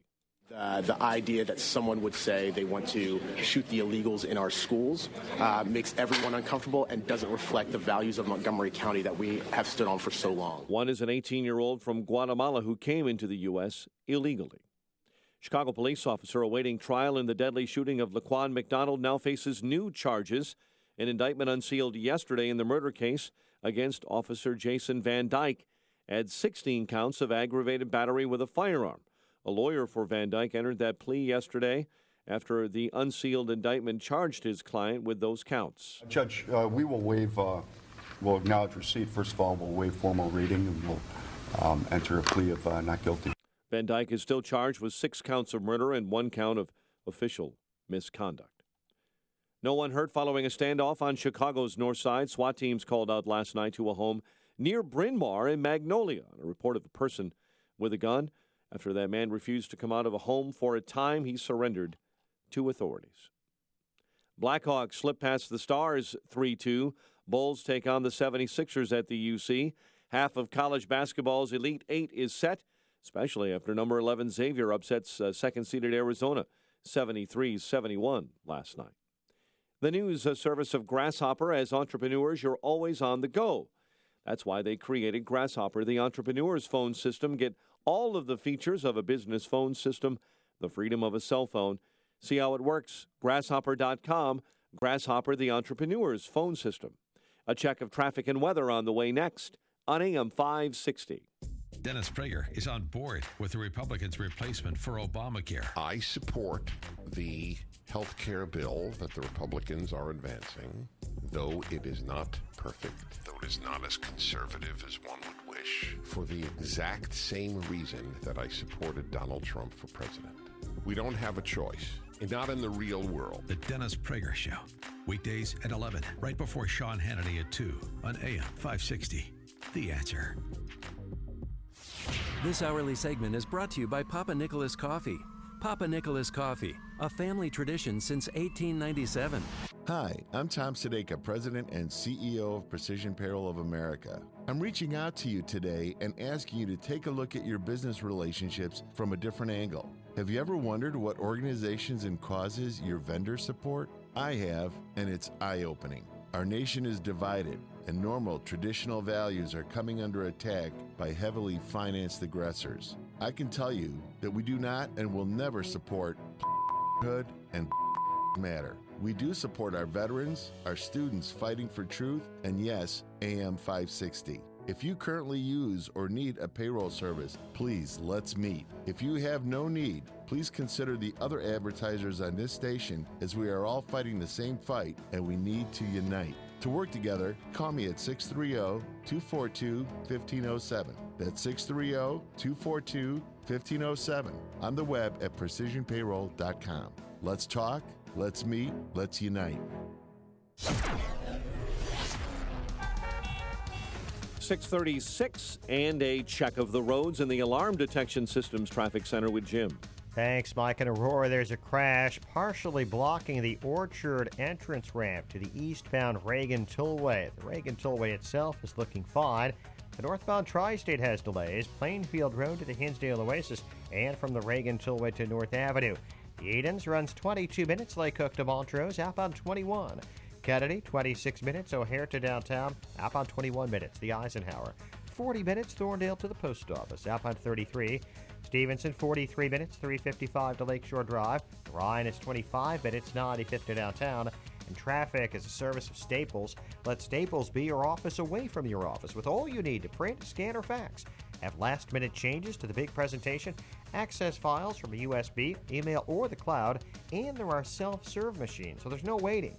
Visit staples.com/copy and print for more. Staples, make more happen. Traffic answers when you need them most. I'm Jim Talamonte on AM 560, The Answer. Chicago's Morning Answer continues next. Your official Chicagoland weather forecast from the aircomfort.com Weather Center. Cloudy, breezy, and a temperature near the record of 79 set back in 1939. How close? We may top out anywhere from 69 to 75. We'll play it by ear. Periods of rain, maybe a thunderstorm overnight, low 44. 47 at O'Hare. Next news coming up at 7. And Chicago's Morning Answer with Dan and Amy continues next on AM 560, The Answer. This hourly segment is brought to you by Fox River Periodontics, Chicagoland specialist with dental implants. To get your smile back, visit implantsforme.com. Your money. Find out how to keep more of it and live debt-free. Tonight on The Dave Ramsey Show, starting at 7 on AM 560. The Answer. Good morning, Dan and Amy. Census numbers out yesterday, and this is interesting. Greg Hines from Crane, Chicago Business, that's the anti-business business magazine.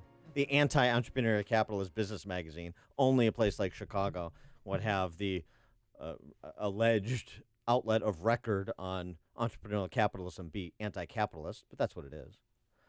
The Grim News, Greg Hines' characterization. The Grim News and new population estimates being released by the U.S. Census Bureau. Yeah, I read them all. Is that Chicago metropolitan area leading the nation in out-migration. Yeah, guess, how many people moved out of Cook County last year? 20,000. 21,000 is what I heard. Mm-hmm. Yeah. And guess what county people moved into? It's a county in Oregon called Crook County. Get it? Because people call Cook County Crook County? No, I don't get it. No, you don't get it. And Maricopa County leading the way in terms of county. Like a big county. Yeah, with the biggest gains. Here's the thing. It's a little bit more depressing than just that. 93 of Illinois' 102 counties have domestic outmigration.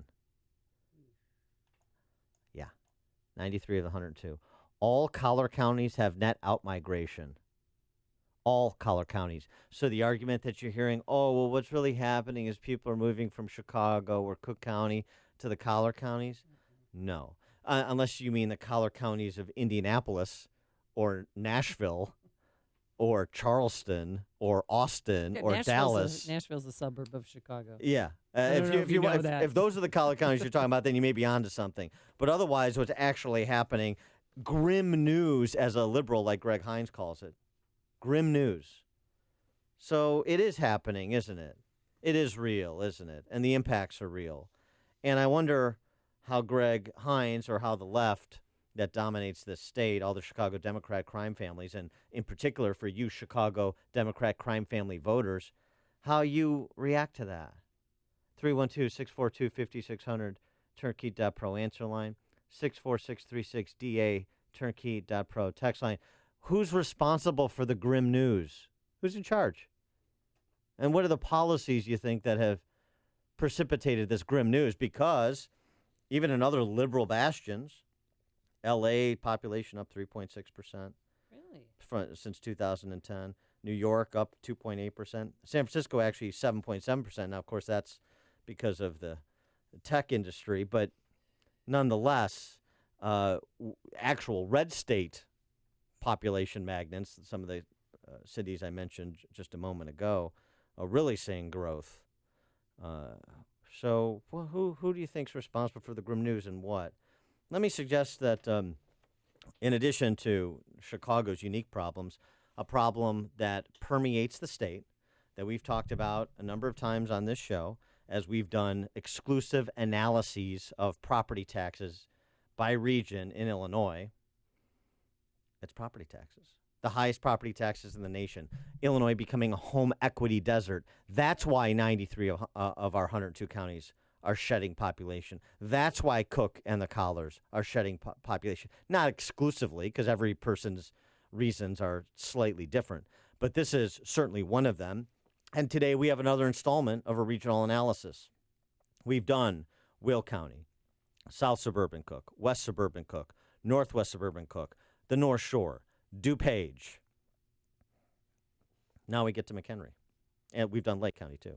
Now we get to McHenry. And this is interesting, too, because McHenry turns out to be pretty close to another state. So the border, just like Lake County is, and so the border counties, or the counties that have at least a portion that are a stone's throw from another state, are particularly interesting because of how easy it is for people to look across the border and see what's going on in their same region. When she paid $233,000 for a blue-gray 4-bedroom with red shutters at 640 Krenz Avenue on the south side of Cary, Victoria Green didn't know someone else had been secretly borrowing against her house. Oh, that's awful. Not officially. Right. But you know who the borrower was? No. Cary School District 626.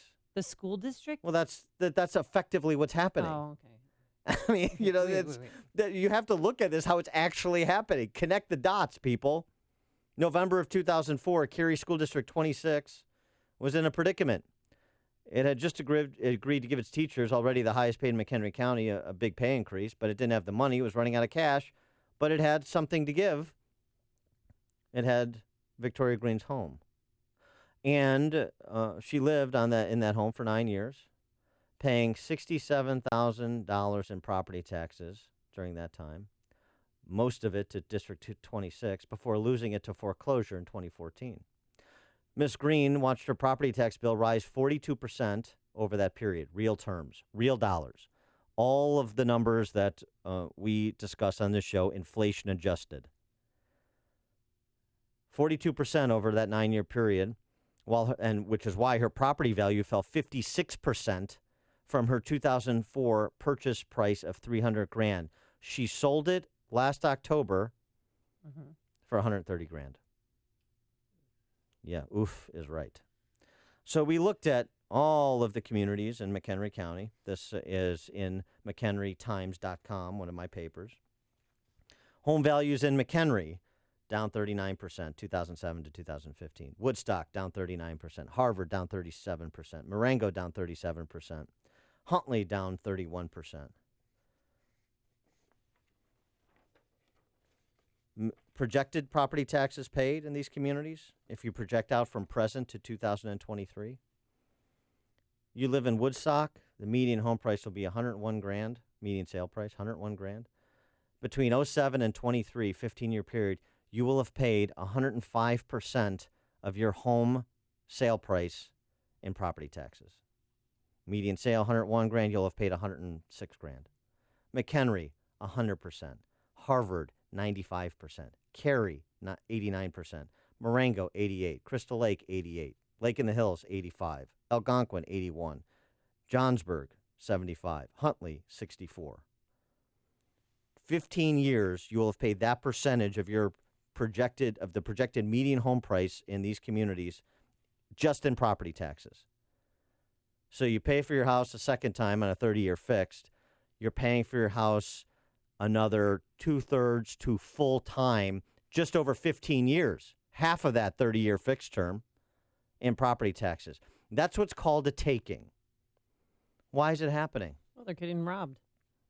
Well, I don't even know if they have kids in school, too, to benefit from where their tax dollars are going. So who's doing the robbing?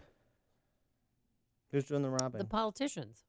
Well, which ones specifically? Because, again, we have to have the uncomfortable conversation about this, right? Which local unit of government drives your property tax bill? Schools. Huntley School District 158 in Algonquin. Spend over 20 years. 1997 spend to 2015 spend. Again, real dollars. Increased by 533%. McHenry School District 15. Increased by 113%. Riley, Marengo, 110%. Harrison, Wonder Lake, 108%. Marengo, 108%. Prairie Grove, 107%. Woodstock, 81%. All the way down to Harvard, which would only increase 30% over that time period. Again, the inflation adjusted. 533%. From 1997 to 2015, McHenry County's 17 school districts raised local property spending on schools 85%. Enrollment at those school districts grew 30% over the same time. So you're increasing spend as compared to enrollment by a factor of 3. For example, Cary School District 26, enrollment fell 21%. Spending increased 52%. That district hiked teacher pay more than 40%, built a school, closed a school, went to referendum 4 times, and rather than look at personnel costs, district officials chose to charge parents more fees and cut extracurricular activities and raise property taxes. This is a story that plays itself out over and over and over again as we look at region after region, community after community throughout Cook and the Collars. And once we get outside Cook and the Collars, the story is going to be the same because it's a culture problem in Illinois. It's a kleptocracy where you rent your home from the government and where you work to finance the public sector unions that run this state. That's what's happening. So the question again for McHenry County residents, families, just like everywhere else, revolt or bolt. What are you going to do? Revolt or bolt? You're going to continue to let this scam be run on you to the extent that you have the government take your home value away from you. That is what is happening. Your property value goes up, your property taxes go up, your property value goes down, your property taxes go up, your property taxes are recession-proof, just as is local government spending. But you get the representation you deserve, don't you? 312-642-5600, turnkey.pro answer line, 64636DA, turnkey.pro text line. Tom in Lamont, you're on Chicago's Morning Answer. Morning, Dan and Amy. My question to you is if you can address what percentage of those tax bills are actually going to the schools? It varies by school district, but in the suburbs, you're looking at usually 2/3 to 3/4 at least. I mean, you get into richer property areas like the North Shore, and it's more like 90% goes to schools as compared to other local units of government like municipality, township, community college, and the like. So if we could rein that in, that would dramatically reduce our taxes. Correct. And this is what, yeah, that's exactly correct. Yes. Thanks for the call, Tom. And this is why the proposal that me and my little cabal is advancing is the 1% hard cap on your property taxes as a percentage of home value. The same that Indiana has, the same that California has. Deep red state, deep blue state. And guess what? Because I know the schools and the public sector unions will cry poor, and the local officials will cry poor and bloody murder and everything else. In Indiana and California, to repeat, and I swear to God this is true, I visited both. You can go there and check this out, Amy. In Indiana and California, they have schools. Yeah, I know. Yeah. I'm not kidding. I've been to a few too. They have police departments there. Oh. They have fire departments there. Mm-hmm. They have county governments there. Uh-huh. I'm not kidding. I swear to God. They have a state government too. Seriously. I promise you that's true. Isn't the largest employer in Illinois the government? Well, for sure. Illinois has more government jobs than manufacturing jobs. Only state in the Midwest that's the case. I mean, it's your state to the extent that you want to stay, but you drop roots here. It's not easy to just pick up and leave. It's not just a financial decision. It's also a family, friend, kind of connection to the past decision, right? I mean, I don't want to leave Illinois. It's where I'm from. It's where I've spent 44 years of my life. I love Chicago. It's a great city. I like Wheaton, where I grew up. I like the collar counties. It's an interesting, diverse state. So it's not just a financial decision, but I don't like being the victim of a scam and not doing anything about it, pretending that it's not a scam, pretending that it's not immoral to fleece people with substantially less means to continue to featherbed the salaries and pensions of people with significantly more means. I thought that's the reverse Robin Hood stuff that the left didn't like. I guess government unions are the only exception to that protocol. Is that what I'm to understand? The stories you need to know to start your day. This is Chicago's Morning Answer on AM 560. The Answer. Warm is the word for the day today. It's going to be cloudy, breezy, and a high of 75 degrees. It's going to be nice tonight. Some rain and thunderstorms. And then your weekend looks like this. Saturday, it's going to be cooler with occasional rain, a high of 59. And on Sunday, mainly cloudy and a quick passing shower, a high of 62. Let's get those travel times. Are they high? Here's Jim Telemonte in our Alarm Detection Systems Traffic Center. In general, Amy, no. The Edens is just 22 minutes from Lake Cook to the junction, and outbound it's 21 minutes. The Kennedy, 34 minutes. O'Hare to downtown, 15 from Montrose, 11 in the Express. Outbound, just a 2-minute delay, Foster to Sayre. The Eisenhower is 44 minutes, Thorndale to downtown. Outbound 34. Stevenson, 43 minutes, 3:55 to Lakeshore Drive, outbound 36. The Ryan is 30 minutes, 95th to downtown. There's a crash at 79th on the left shoulder. Northbound Tri-State, slow 87th to Archer, Plainfield Road to the Hinsdale Oasis, and from the Reagan Tollway to North Avenue. Other tollways are still fairly light. Lakeshore Drive, southbound heavy 18th to the Stevenson. Northbound it's slow 67th to Marquette and 31st to the Stevenson. I'm Jim Talamonte in the Alarm Detection Systems Traffic Center. I'm Lou Dobbs. The Keystone XL pipeline gets closer to approval.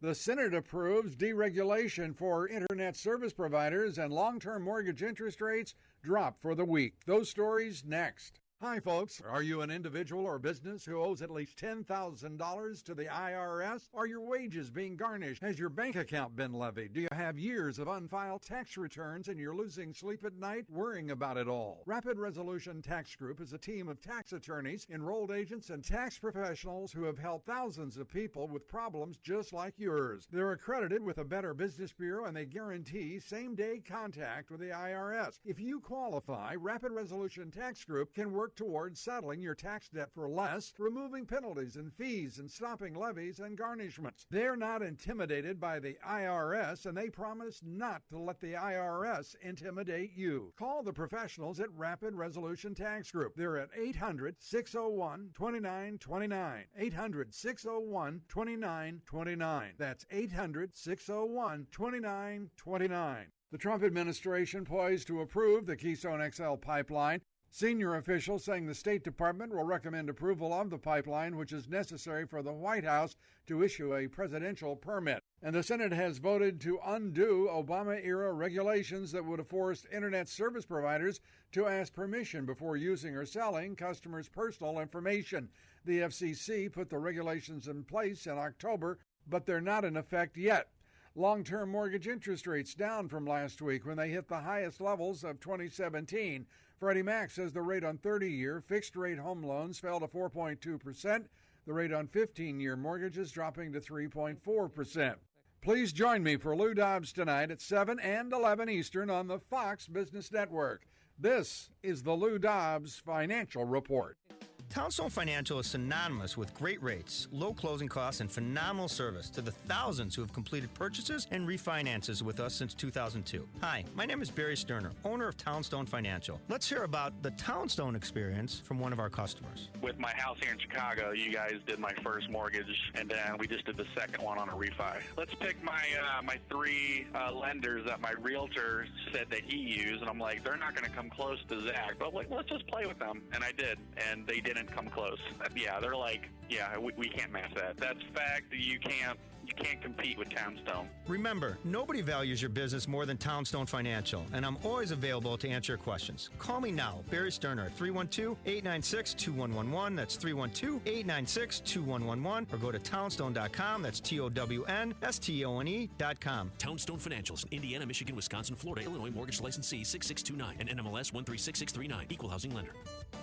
Acme Home Insurance. Yes, I'd like to make a claim. What are you wanting to claim, sir? My water heater broke down. Sorry, but your homeowner's insurance doesn't cover water heater breakdowns. So, what do you cover? Home damage from things like earthquakes, volcanoes, a zombie apocalypse. A zombie apocalypse? But that'll never happen. But if it did, you'd be covered, sir. But not my water heater? I'm afraid not. But his water heater could have been covered with a home warranty from American Home Shield, plus components of 20 other major home systems and appliances, like his electrical system, plumbing, refrigerator, and more. For valuable free information, call 1-800-339-4151. Home insurance can cover what might happen. Zombies are coming! But a home warranty helps cover what will happen. Now the dryer won't work. Life happens. Have a plan. Get a home warranty from American Home Shield. For valuable free information, call 1-800-339-4151. That's 1-800-339-4151. 1-800-339-4151. If you save $500,000 in an IRA or 401k, you know it's not really $500,000, right? Because you still have to pay taxes on that money. But here's something that will shock you. Some people will pay through the nose in taxes when they withdraw money from their retirement accounts, while a smart and savvy few will legally pay far less. Could you potentially save thousands of dollars in taxes on your IRA or 401k and keep this money for yourself?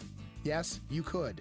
Learn how in a free report called 6 Ways to Tax-Free Income in Retirement from me, Tom Fortino, host of the Alpha Wealth Hour. The free report could save you tens of thousands of dollars. Call 630-873-6326. It's your choice. Pay the IRS or keep this money for yourself. Call 630-873-6326 or visit us on alphawealthgroup.com. That's alphawealthgroup.com.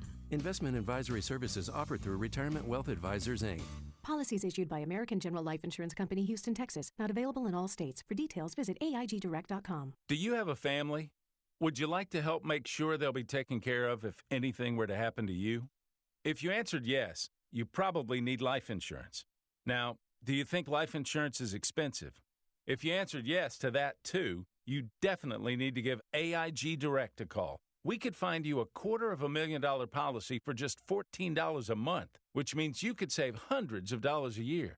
Call us now for a free, no-obligation quote. 1-800-400-8249. Since 1995, we've helped millions of people find out if they could save up to 70% on their term life insurance. See how affordably we can help you protect your family. Call AIG Direct now for your free quote. 1-800-400-8249. You could save up to 70%. That's 1-800-400-8249. 1-800-400-8249. AM 560, The Answer. Dan and Amy, we're talking local government and property taxes. I think Chris on the Eisenhower has an important message. Chris, 30 seconds. I just want to say there's an election for school board, Dan and Amy. It's coming up, and it's all over Illinois. So I think all of your listeners ought to find out who's running for local school board who will hold the line and stop these tax hikes. Don't you agree? I do, Chris. Thanks for the call. And that election is April 4th, so get informed. Good call. Coming up on Chicago's Morning Answer, Brett Baer will be here. The NSA is allegedly going to produce documents that support Congressman Nunez's claims. We'll start there with him. But first, let's go into the newsroom and say good morning once again to Mike Scott. Amy and Dan, Jason Van Dyke faces more charges in the Laquan McDonald case. We'll get reaction from his attorney after Fox News. WIND Chicago News Time, 7.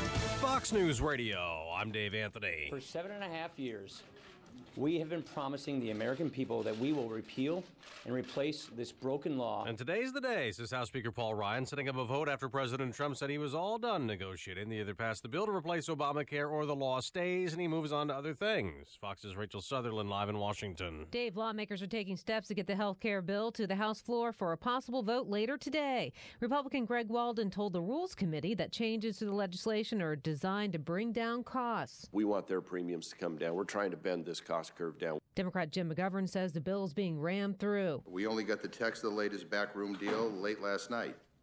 We've barely had time to read it ourselves. There's a chance the legislation could fail, as it's unclear if Republicans have enough votes to send it to the Senate. Dave. Rachel, the Keystone Pipeline that President Obama blocked is back in business. Fox's Tanya J. Powers has this morning's update live. Well, President Trump got an early start today, issuing a presidential permit to TransCanada to complete the Keystone XL pipeline. He signed an executive order now to advance that soon after he took office, saying it would create thousands of jobs. He's scheduled to make the official announcement later this morning. The pipeline links Canada to the Gulf of Mexico. Legal challenges to the pipeline are active in several states. The project's been the subject of protests, Dave. Tanya, they made 2 more post-terror attack arrests in Britain. We now have 9 people remaining in custody, and 1 woman has been released on bail. That's London counter-terror chief Mark Rowley trying to figure out if the killer, a 52-year-old British-born man who changed his name to Khalid Massoud, had any support. He murdered 4 people. 2 people remain critically injured in London.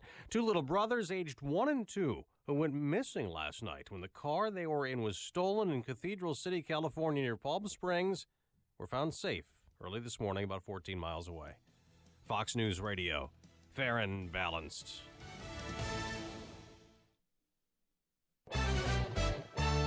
.50 degrees. We have some clouds. South winds at 8. At 7:02 on AM 560, The Answer. Good morning. I'm Mike Scott. Chicago police officer awaiting trial in the deadly shooting of Laquan McDonald faces new charges. An indictment unsealed yesterday in the murder case against Officer Jason Van Dyke adds 16 counts of aggravated battery with a firearm. His lawyer was in court yesterday. Judge, we will waive, we'll acknowledge receipt. First of all, we'll waive formal reading, and we'll enter a plea of not guilty. Van Dyke is still charged with 6 counts of murder and 1 count of official misconduct. After months without one, Illinois lawmakers are in line for a paycheck, thanks to a Cook County judge, as AM 560's David Stewart reports. Judge Rodolfo Garcia ruled that State Controller Susana Mendoza can no longer refuse to pay legislators because there's no budget, nor can she continue her Republican predecessor Leslie Munger's practice of putting those pay vouchers somewhere in the middle of the $13 billion stack of unpaid state bills. The judge ruled lawmakers must be paid before state vendors. Mendoza says she'll follow the ruling and issue the checks, though she'll appeal at the same time. Lawmakers haven't been paid for any hours worked after July of last year. David Stewart, NBC News Radio, Chicago. Illinois' nonprofit hospitals still don't have a firm answer about their taxes.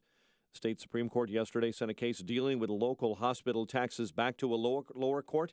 The fight centers around whether nonprofit hospitals that make money should have to pay property taxes. A smartphone manufacturer wants to make phones at the old Motorola campus in Harvard. It's been vacant for more than a decade. The Northwest Herald reporting the head of the Harvard Woodstock Enterprise Zone says a plan by Edward Harvard Holdings would bring about 100 temporary construction jobs and then 100 permanent jobs to the area. The company anticipates completing the project this year. The Michigan-based company bought the property last April for about $9.3 million. You may recall Motorola built that $100 million campus in 1997, but then shut down operations 5 years later. Blackhawks beat the Stars 3-2. Bulls square off with the 76ers tonight at the United Center. Bears bringing in a veteran quarterback. Multiple reports say the Bears and signal caller Mark Sanchez have agreed on a one-year deal. The news service of Burger King Breakfast. What's the best place to have your breakfast? How about on a warm croissant? Right now at Burger King, get 2 Croissandwich breakfast sandwiches for $4. A light flaky croissant piled high with sausage or bacon 2 Croissandwich, $4. Only at Burger King. Price and participation vary. 7:04 and a check of traffic and weather on the way next on AM 560. What's the scariest thing about going to the dentist? Opening your mouth or opening your wallet? Because just a simple cleaning can cost $100, and things like root canals can cost you hundreds more. If you don't have dental insurance to help, you should give Physicians Mutual Insurance Company a call. 1-800-500-0898. This isn't a discount plan or preventive-only coverage. This is real dental insurance that helps pay for checkups right away, so you can call today and get your teeth cleaned tomorrow. Plus, it helps cover the more expensive procedures you might need down the road. Fillings, crowns, bridges, even costly dentures. There's no deductible and no annual maximum. Your acceptance is guaranteed for one of these insurance policies, even if you're retired or on Medicare. There are no networks, so you can choose any dentist you'd like. That's right, any dentist you want. Call and we'll rush you a free information kit with all the details. 1-800-500-0898. That's 1-800-500-0898. 1-800-500-0898. I'm Jay Farner, president of Quicken Loans. If you own a home, there's a good chance its value has gone up. In fact, year over year, housing values nationwide have risen by more than 6%, one of the largest increases this decade. Quicken Loans has smart ways to help you take advantage of your home's rising equity. You could take cash out to consolidate debt, or you could refinance to eliminate private mortgage insurance. No matter what's happening with the housing market, it's always a smart move to call us at 800-QUICKEN. The rate today on a 30-year fixed-rate mortgage is 4.375%, APR 4.6%. Experience the confidence that comes from working with a mortgage partner that has your best interest in mind. For 7 years in a row now, J.D. Power has ranked Quicken Loans highest in the nation in customer satisfaction for primary mortgage origination. And for the 3rd year in a row, they've also ranked us highest in the nation for mortgage servicing. Call 800-QUICKEN today or go to QuickenLoans.com. That's 800-QUICKEN. Visit jdpower.com for award information. Call for cost information and conditions. Equal housing lender. Licensed in all 50 states. NMLS ConsumerAccess.org. Number 3030. 7:06. Check of the roads in the Alarm Detection Systems Traffic Center with Jim. Thanks, Mike. Eden's inbound. Heavy Foster to the junction. 22 minutes. Lake Cook to Montrose outbound 21. Kennedy. Delay started Cumberland. 35 minutes. O'Hare to downtown. 17 from Montrose. 14 in the express lanes. Outbound just a 2-minute delay. Foster to Sayre. The inbound Eisenhower's heavy. Manheim to the Burn Circle. 44 minutes. Thorndale to downtown. Outbound 33. Stevenson. 43 minutes, 3:55 to Lakeshore Drive, outbound 36. The inbound Ryan looking at 30 minutes, 95th to downtown. I-57, 25 minutes, I-80 to the Merge, Bishop Ford 18. Southbound Lakeshore Drive, still Belmont to Fullerton and 18th to the Stevenson. Northbound 67th to Marquette, 31st to the Stevenson and Bryn Mawr to Hollywood. Northbound Tri-State. The delays are from the Stevenson to 31st and the Reagan Tollway to North Avenue. The other tollways right now are fine. Traffic answers when you need them most. I'm Jim Talamonte on AM 560, The Answer. Chicago's Morning Answer continues next. Your official Chicagoland weather forecast. From the AirComfort.com Weather Center, here's meteorologist Brian May. Plenty of clouds today and breezy with a high of 75. Mild tonight with rain and a thunderstorm, low 44. Cooler tomorrow for your Saturday with occasional rain, high 59. I'm Brian May on AM 560, The Answer. 50 degrees at O'Hare. Next news at 7:30. Chicago's Morning Answer with Dan and Amy continues next on AM 560, The Answer. This hourly segment is sponsored by Wine Time Radio. Every Saturday at 5 p.m. on AM 560. Explore the wonderful world of wine with host James Crooker and Rob Lehner. This is Chicago's Morning Answer with Dan Proft and Amy Jacobson on AM 560, The Answer.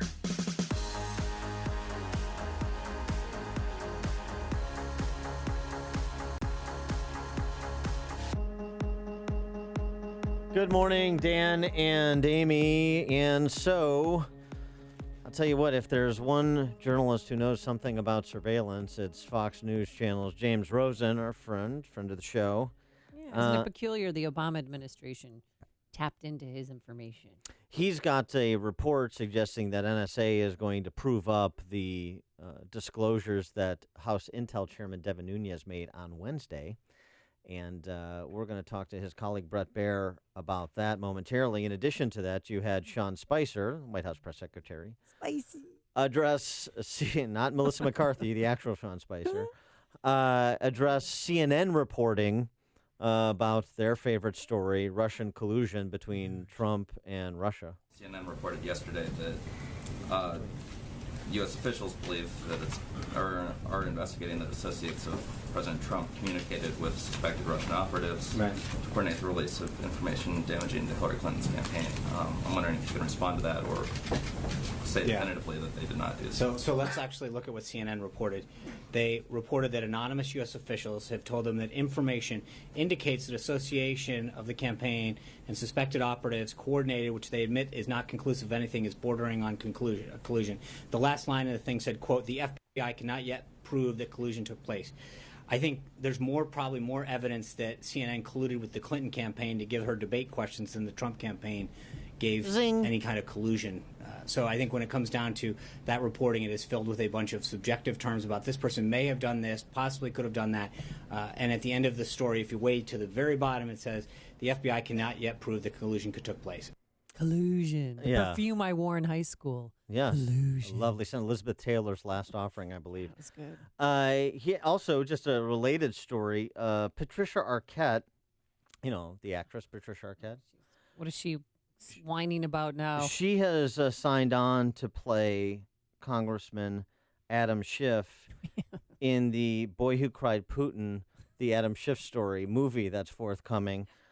She tweeting yesterday, "Remember this, if there is a terrorist attack or any crap before this Trump-Russia disaster is resolved, it may be a setup." So if there is a terrorist attack on American soil, you've got it on good information from Patricia Arquette and the tinfoil hat, the signals that she receives on her tinfoil hat, that it will have been a fifth column action where Trump actually set up a wag the dog terrorist attack to detract attention away from Trump-Russia collusion.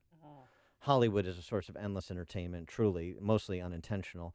For more on the James Rosen Report, we have to get back to the adult part of this program. We're pleased to be joined by Brett Baer, host of Fox News Special Report, Monday to Friday, 5 p.m. Chicago time, and the author of the book 3 Days in January about President Dwight D. Eisenhower. Brett, thanks for joining us. Appreciate it. Good morning. Morning. So what of the James Rosen Report and what you know about the particulars at this point in terms of what NSA may provide the public? We don't have all the specifics, but we do know that names or identifying descriptions are in this intelligence that Nunes saw that is not normal. In other words, they would have to have been authorized, tasked, if you will, to expand to include that information. So it is potentially an illegal act to do that at the behest of somebody, and it's believed that they will have the tasking order that they can show Congress of who ordered it. Now, now this is the hypothetical game, if it comes from somebody in the Obama administration, NSC, or Susan Rice, or someone like that, and you have the sharing of intel that's not related to any pressing Russia investigation, but it includes people in the Trump administration and maybe even the president-elect, you have a major story. We're not there yet, but there are indications, and James Rosen's reporting is that they're going to come up with this tasking order, and we'll have the person or persons who decided to expand the reporting on who was swept up. So that would provide, Andy McCarthy has a good piece in National Review on this topic, and he says essentially there are two important questions that are outstanding after the Nunes revelation on Wednesday. One, did the Obama administration take active steps to capture communications of Trump officials? And two, if such active steps were taken, was it in connection with good faith suspicion of collusion, or was it Watergate-style political spying? It seems like perhaps we'll get the answer to that first question about did they take active steps, and then the second question becomes the operative one. Right. From what we've heard from Nunes, this did not have to do with the Russian investigation. So, listen, I mean, with all intel stories, it's like little pieces of the puzzle that you have to put together because they can only talk in code because a lot of the stuff is still classified. Right. The other thing is that President Trump could declassify a lot of stuff and put it all out there.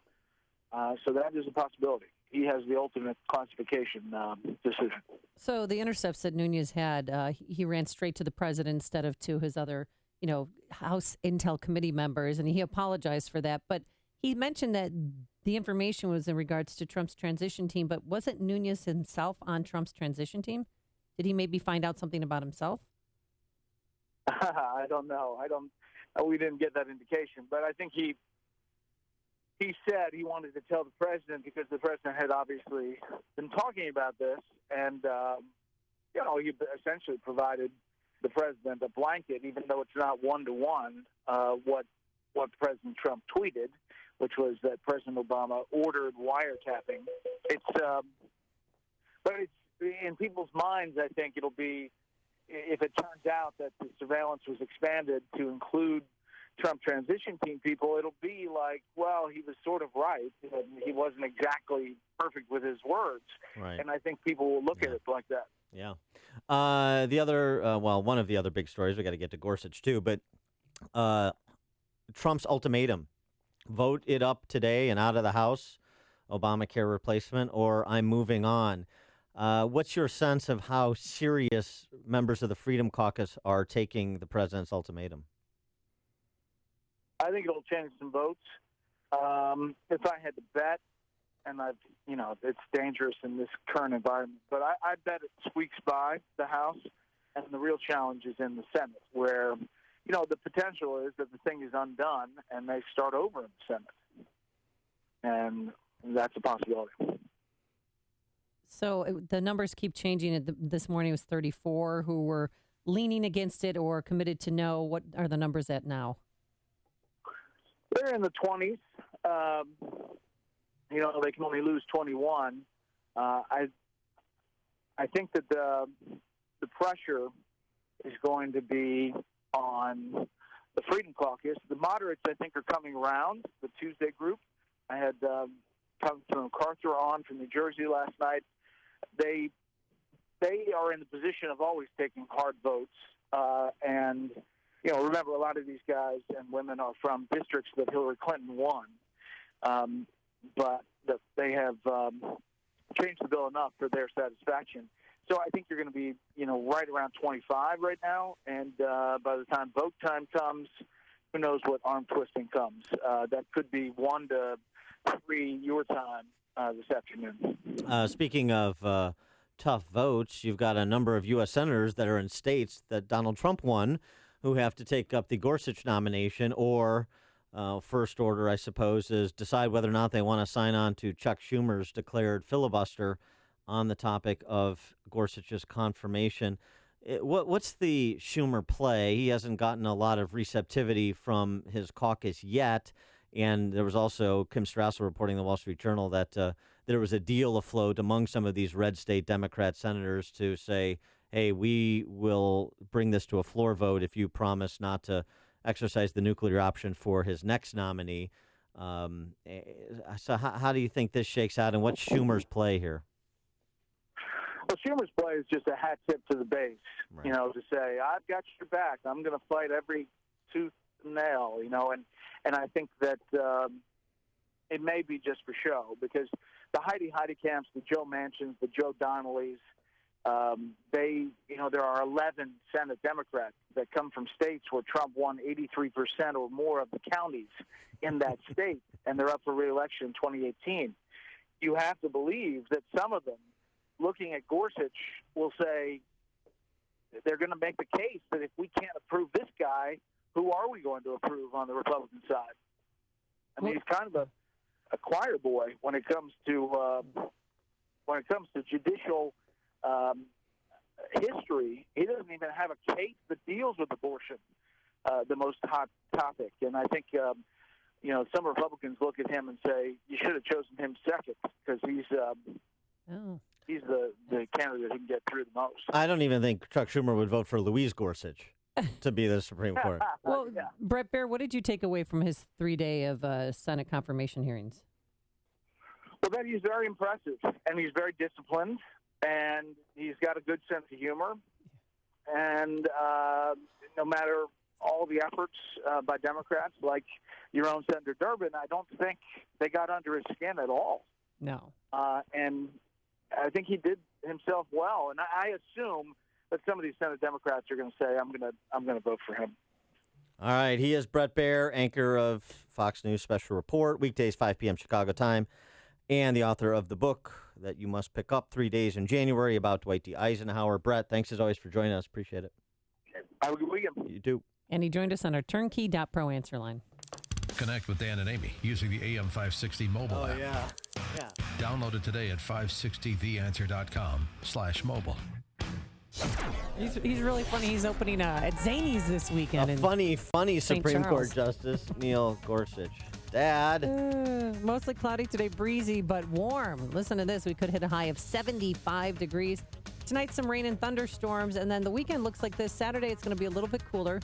Occasional rain, a high of 59. And on Sunday, fun day, mainly cloudy, passing shower, a high of 62. Let's get into our Alarm Detection Systems Traffic Center. Here's the big boss, Jim Telemonte.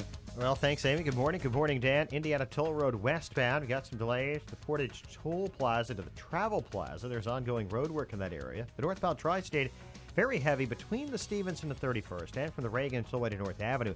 The other tollways are still pretty light. Edens is 22 minutes, like Hook to Montrose, outbound 21. Kennedy, 35 minutes, O'Hare to downtown, outbound 27. The Eisenhower, 45 minutes. Thorndale to the post office, outbound 33 minutes. Stevenson, 50 minutes, 3:55 to the drive, outbound 38. Ryan is 30 minutes, 95th to downtown. I'm Jim Talamonte in the Alarm Detection Systems Traffic Center. This is a life-changing message for anyone with sleep apnea who is on the go and tired of dragging around a big, bulky home CPAP device. Now there's finally a portable device that's as small as a soda can and weighs less than a pound. You can even add a battery that's as tiny as a deck of cards. It's the Transcend Mini CPAP. And right now, you can try Transcend absolutely risk-free for 10 days. So call now, 1-800-400-5952. Transcend is the world's first portable mini CPAP device. It gives you the freedom to sleep in total comfort anywhere you are. Our smallest and most advanced portable design ever, Transcend is so small and so light, you can fit it in your briefcase or purse to use anywhere you go. It's FAA compliant too, so you can even sleep comfortably while flying. Enjoy the freedom to sleep comfortably anywhere. To receive your 10-day in-home trial, call minicpap.com now. 1-800-400-5952. Again, that's 1-800-400-5952. Hi, I'm Carl Deichler, the CEO of Beachbody, and I'm here to tell you about an amazing new way you can start losing weight for free right now. You've probably seen our workout DVDs on TV like P90X, Insanity, and 21 Day Fix. We just launched a beta trial of our new digital video platform, Beachbody On Demand. So while we're testing out this new digital video service, I'm inviting you to use it for free for 30 days. That means you can lose 10 pounds, 20 pounds, even 30 pounds without paying a dime. Text the word TRIAL to 303030 and you can do 30 days of P90X, Insanity, or any of over 400 workouts for free. And here's the catch. In return, all I ask is you let us know what you think of the service so we can make Beachbody On Demand the best fitness and weight loss site ever created. Just text TRIAL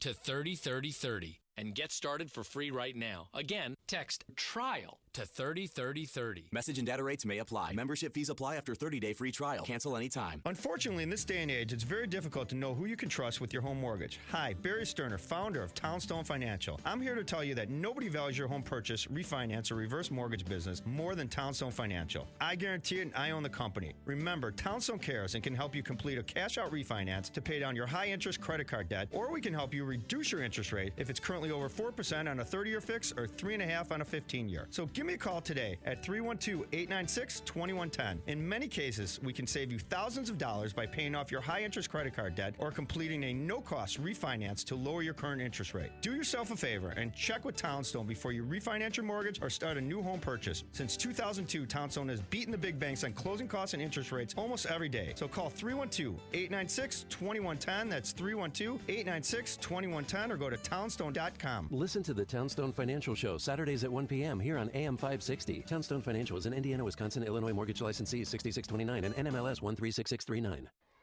As a parent, you want what's best for your children. That means sending them to a school where they'll get the superior education they deserve, and that also shares your values. That can be tricky these days, as public schools have changed and private schools can be expensive. Your household budget has already been cut to the bone, and it's hard to imagine where you'll find that extra money. Well, there's help to lessen that financial burden and provide your child with the very best education at half the cost. At AM 560 The Answer, we work with private schools throughout the Chicagoland area to provide tuition for families at half the normal cost. Just log on to halfpriceschools.com and you'll find some of Chicagoland's finest private schools, from preschool all the way through high school, at half the cost. And chances are there's a school right in your neighborhood.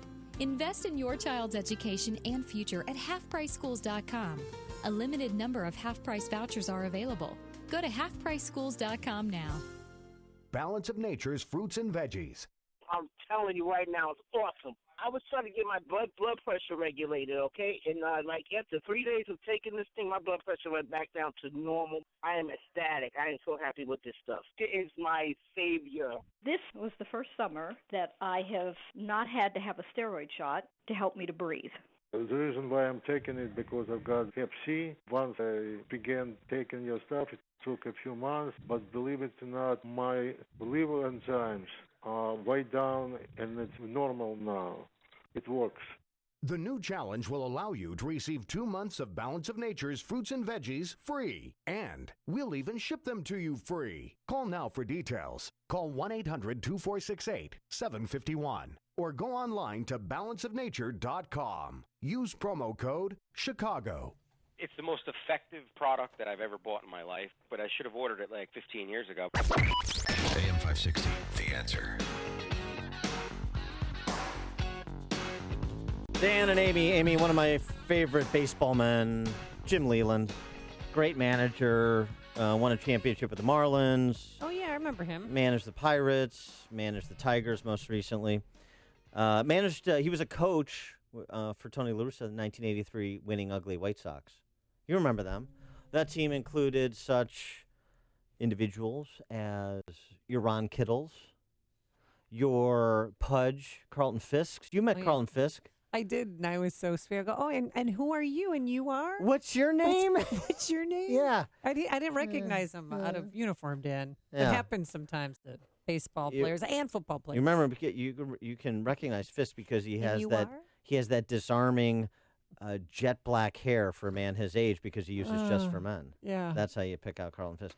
But he coached managed the USA baseball team. Yes. Right? Rudy Law from the 1983 White Sox. Yeah. Remember Rudy Law in center field? My favorite, Rudy Law, thou shalt steal. Rudy's Law, thou shalt steal. Because he stole like 80 bases that year. Yeah, good. Juice Cruz. Juice. Lamar Hoyt. What about Jose Canseco? Cy Young Award winner. Jose Canseco not on that team. Not on that team. All right, that's enough for the 83 White Sox. So, but yeah, because I had to watch that game because they played Puerto Rico and it was a big deal. Puerto Rico.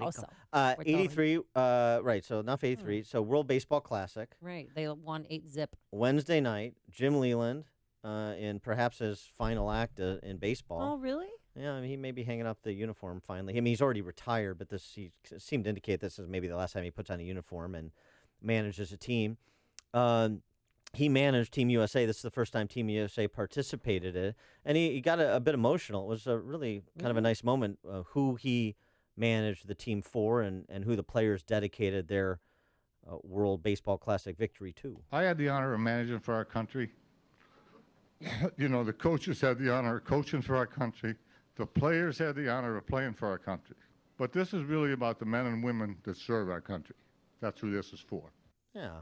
it's Nice, really very nice. nice sentiment. The other thing I loved about Jim Leland, What? he used to smoke in the dugout. He used to smoke cigarettes. Yeah. He used to smoke when he walked to the mound.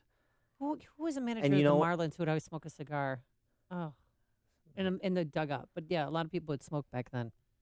Oh, I don't know. hold on. I think you're. Are you No, thinking no. about Red Auerbach or something? No, I don't know no. who you're talking But anyway, about. that is sweet. Did he compose himself later on? Yeah, but here's how he closed the press conference. Remember, this is the international press corps he's before.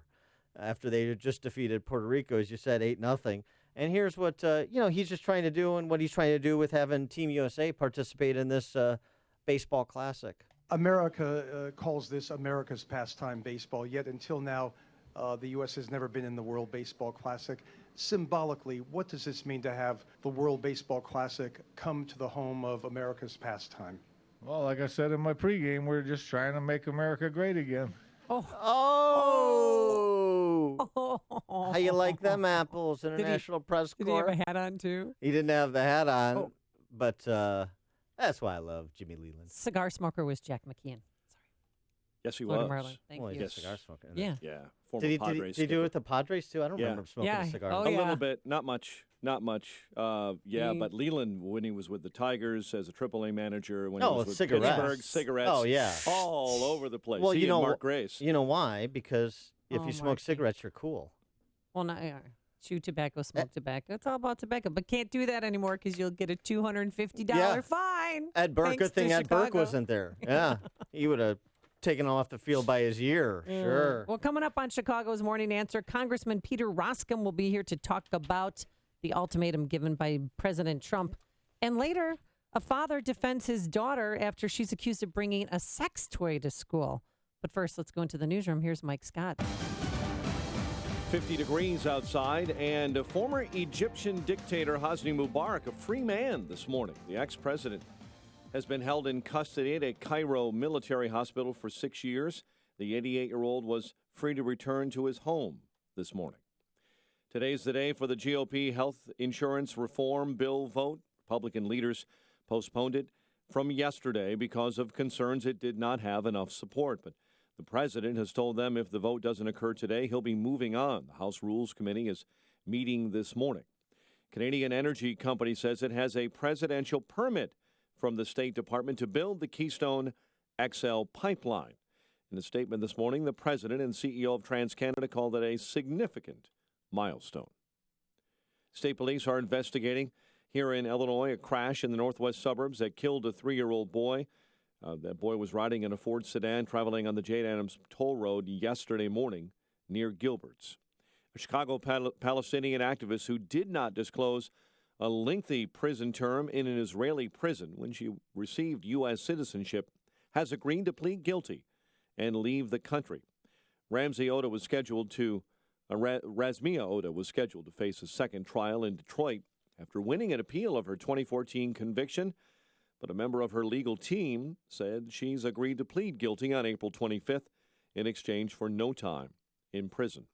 A judge has ruled that Illinois Comptroller Susana Mendoza must pay lawmakers even though the state does not have a budget. Mendoza says she will comply with that order. And a museum dedicated to the works of Nelson Algren opens up this weekend in the Northwest Indiana beach community where the late author had a cottage. The Nelson Algren Museum, Gary's Miller Beach neighborhood, includes a replica of Algren's Chicago writing space with his desk, chair, typewriter, the typewriter he used to write the classics, The Man with the Golden Arm, and A Walk on the Wild Side. Blackhawks slip past the Stars 3-2.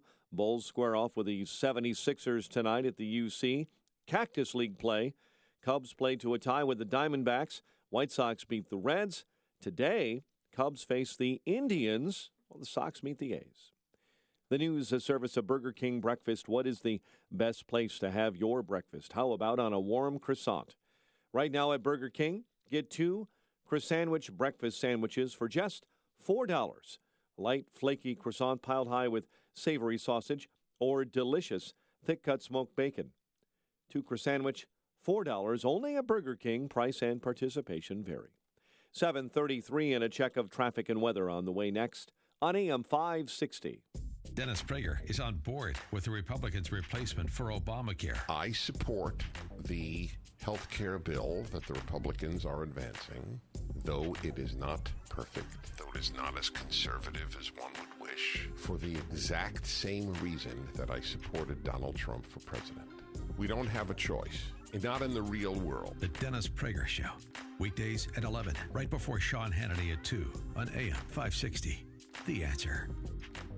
Are you hiring? Join the over 3 million businesses that use Indeed.com for hiring. Post your next job opening on the world's #1 job site, Indeed.com. If you're aged 59 and a half or older with a 401k plan and still working, stop what you're doing and call Arlington Capital Management at 855-471-5796. They'll help you actively manage your 401k, show you strategies to avoid major declines, and capitalize on opportunities. There are benefits with age, and this is one of them. At 59 and a half, you're entitled to new opportunities in the investment world that can dramatically improve your results and even lower your fees. Call 855-471-5796 now and take the first step toward getting more out of your retirement assets. The team at Arlington Capital Management proactively explores the market, our economy, and all of the variables that offset your investments. Call 855-471-5796 now for a complimentary consultation. That's 855-471-5796 or visit arlington-capital.com. You worked hard to accumulate your nest egg.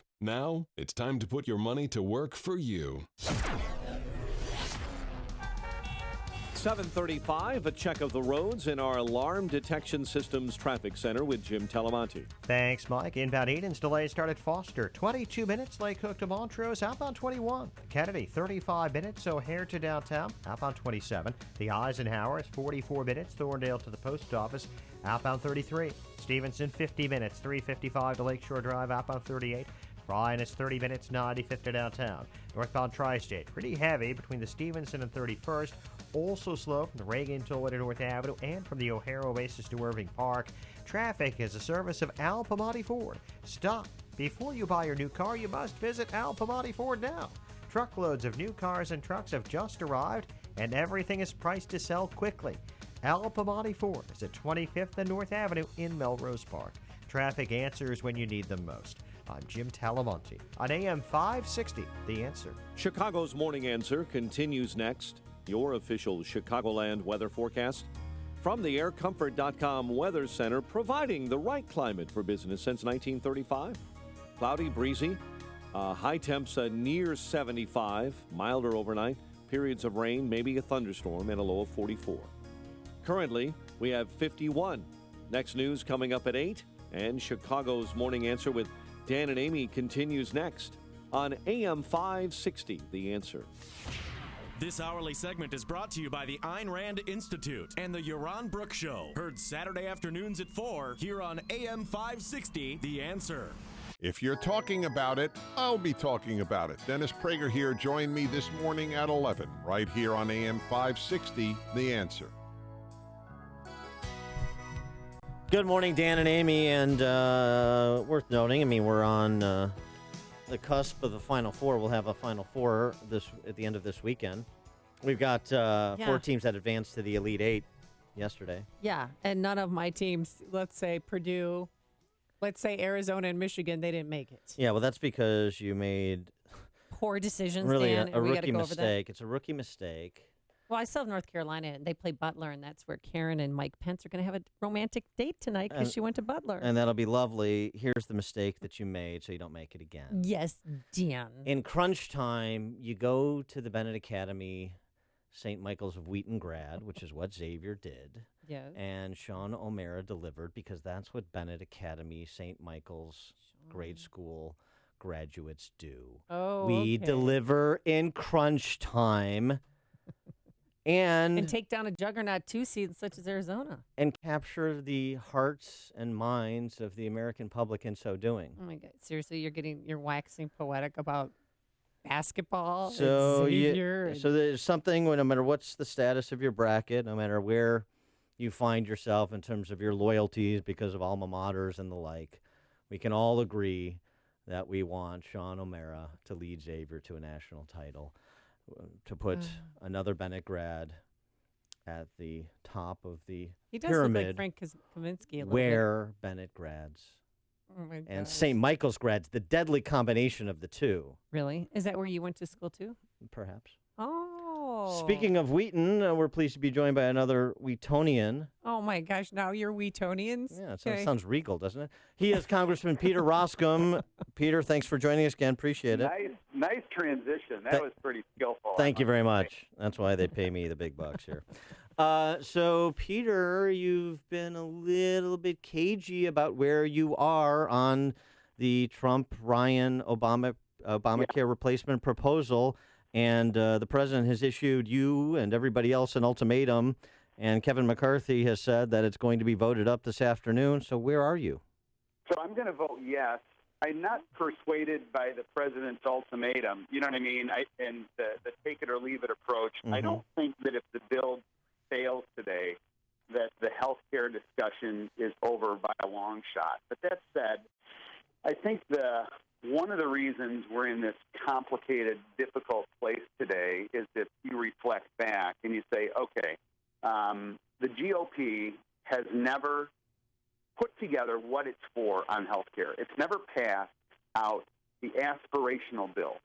And so as a result, there's a lot of discussion within the conservative movement and within the GOP about what it is that we're actually for. So that's never happened before. We have dot points and PowerPoints and, platitudes, but we've never wrestled through, what would the actual bill look like. Then you overlay on top of that, this is not the aspirational bill. This is a bill that's designed to survive a complicated, difficult process in the United States Senate, which is difficult to understand, even more difficult to explain, called reconciliation. So you already start out at this sort of crouching position, and so that's why I think the politics and sort of the substance of this is so much more difficult than it would have to be. Well, in answer to your question, I'm gonna vote in favor of this. I was concerned about some of the Medicaid stuff on Illinois, and I was hearing people out on some of the tax criticism. But I think on balance, it's I'm going to vote in favor. It advances the flag a little bit, yeah. And so, but here's the thing: Republicans have passed Obamacare replacement concepts before in terms of aspirational, Tom Price's bill and so forth. But it was when they knew President Obama was still in the White House and it wasn't going anywhere. So it's just something where they just kind of did it pro forma, and they weren't really having a robust discussion that they should have been having in preparation for the day that power may change hands. Because that's one of the criticisms, right, of the seeming disarray is run on this for 7 years, talked about it for 7 years, have passed legislation that didn't go anywhere for 7 years. Now you have an opportunity, and the difficulty of getting people on the same page. What hasn't happened, the repeals have been easy to vote in favor of. What hasn't happened is the passage of those more robust things all the way through, and to really engage the Senate on it and so forth. So if this passes today, that will be a good thing. I hope it passes. If it doesn't pass today, then here's where I think we have to go. The first thing is pass the aspirational bill. Don't be limited to this shadow of the United States Senate and the filibuster all the time. Instead, pass and describe and articulate and win the argument on the aspirational bill and deal with tax credits and what we would propose as it relates to Medicaid and what's our view on pre-existing conditions and just the whole thing. After you do that, then it gets clogged up. You know it's going to get clogged up in the Senate, but you've got your marker out there that says this is what we're for. And now the limitation of 60 Senate votes requires the discussion, okay, now we've got to go and do this complicated hijinks thing called reconciliation. Then you can go to people in the House and say, in light of that reality that now is generally understood, what are your proposals that would pass this reconciliation standard? And the other problem is you can't get a straight answer from the Senate parliamentarians about what survives and what is fatal under the Senate rules. So it's a little bit like shadow boxing right now, and that's why I think there's a lot of frustration all the way around. So it's a critical test today for the president and for the party, and having failed legislation this early in his presidency, I don't think will bode well for either. But are you out there convincing other Republicans to get on board?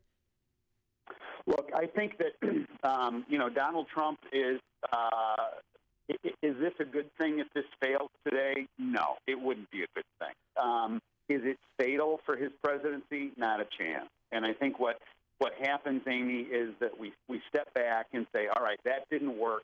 Now let's take another approach. And I think the other approach that I'm going to be advocating for is the one that I just described. Everybody's really trying to wrestle with this. You've got some folks that say, hey, I don't like this tax credit thing because it's, it's, quote, a new entitlement program, which I'm not buying because it's just basically cutting taxes for most people and treating their coverage in the individual market the same way that we treat employers' coverage. That is, that's not taxed. And then there's some folks, at the moderate end of the spectrum that say, wow, this impact on Medicaid populations and so forth is gonna harm them too much.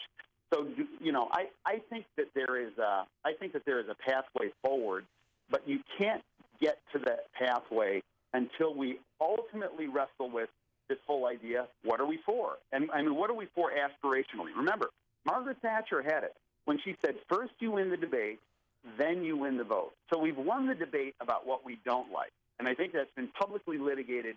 And the country doesn't like Obamacare.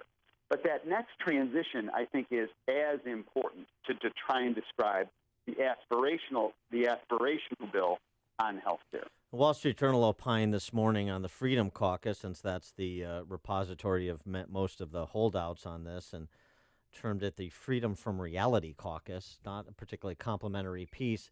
And I wonder if there is concern about the caucus breaking apart. I mean, if you're going to have the Freedom Caucus, for example, hold fast on this and allow this to be tubed, whether the president makes good on his ultimatum or not, then you may have tax reform up next. And if the tax cuts are not big enough for the Freedom Caucus without reference to what is possible to get through the Senate again, then we could see other potential centerpieces of the Trump legislative agenda fall by the wayside. And then you may have that optimism that is buoying the economy right now begin to dissipate and economic vitality go with it. And by the end of this year, be in a bad place going into the midterms. Is that too dour, or is that a real possibility?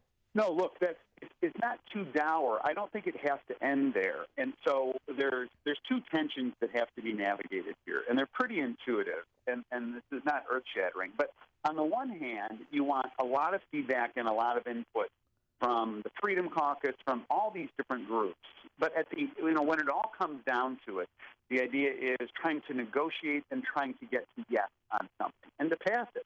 Because as a governing majority, you've got to demonstrate the ability to move conservative pieces of legislation out. So the tax debate is going to be absolutely fundamental, not just because I'm so active in it, but it is the next step for us to be able to really get the economy growing.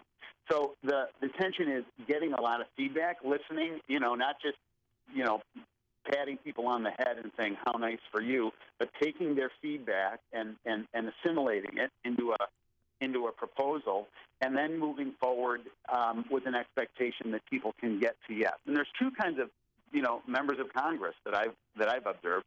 Some folks have a disposition of trying to get to yes on a solution, and some basically will move the goalposts. No matter what you propose, the fact that you've proposed it makes it not good enough. And I think we've got to make sure that we don't fall into that trap. And, the hope was that Donald Trump, based on a big personality, his experience in negotiating, his experience in business, his experience as a closer, is going to be able to close on some of these things. And today will be in fact, a test of that. So we'll see. Absolutely. He is Congressman Peter Roskam from Illinois 6th Congressional District out in the Western Burbs. Peter, thanks as always for joining us. Appreciate it. Thanks, guys. Thanks, and he joined us on our turnkey.pro answer line. It's news, opinion, insight. This is Chicago's Morning Answer on AM 560. The Answer. Dan, do you know what a water snake wiggly is? Because you're going to learn coming up. And don't mistake it for something else either. All right? Making me feel kind of funny when you say that. Forecast for today, mostly cloudy, breezy, but It's going to be hot around here. A high of 75 degrees. That'll be near the high of a record set back in 1939, the year Dan was born, and that was 79 degrees. Weekend looks pretty good. Cooler with WW2, the big one. Saturday, cooler with occasional rain, a high of 59. And on Sunday, mostly cloudy, a passing shower, but warmer, a high of 62. Let's get into the Alarm Detection Systems Traffic Center.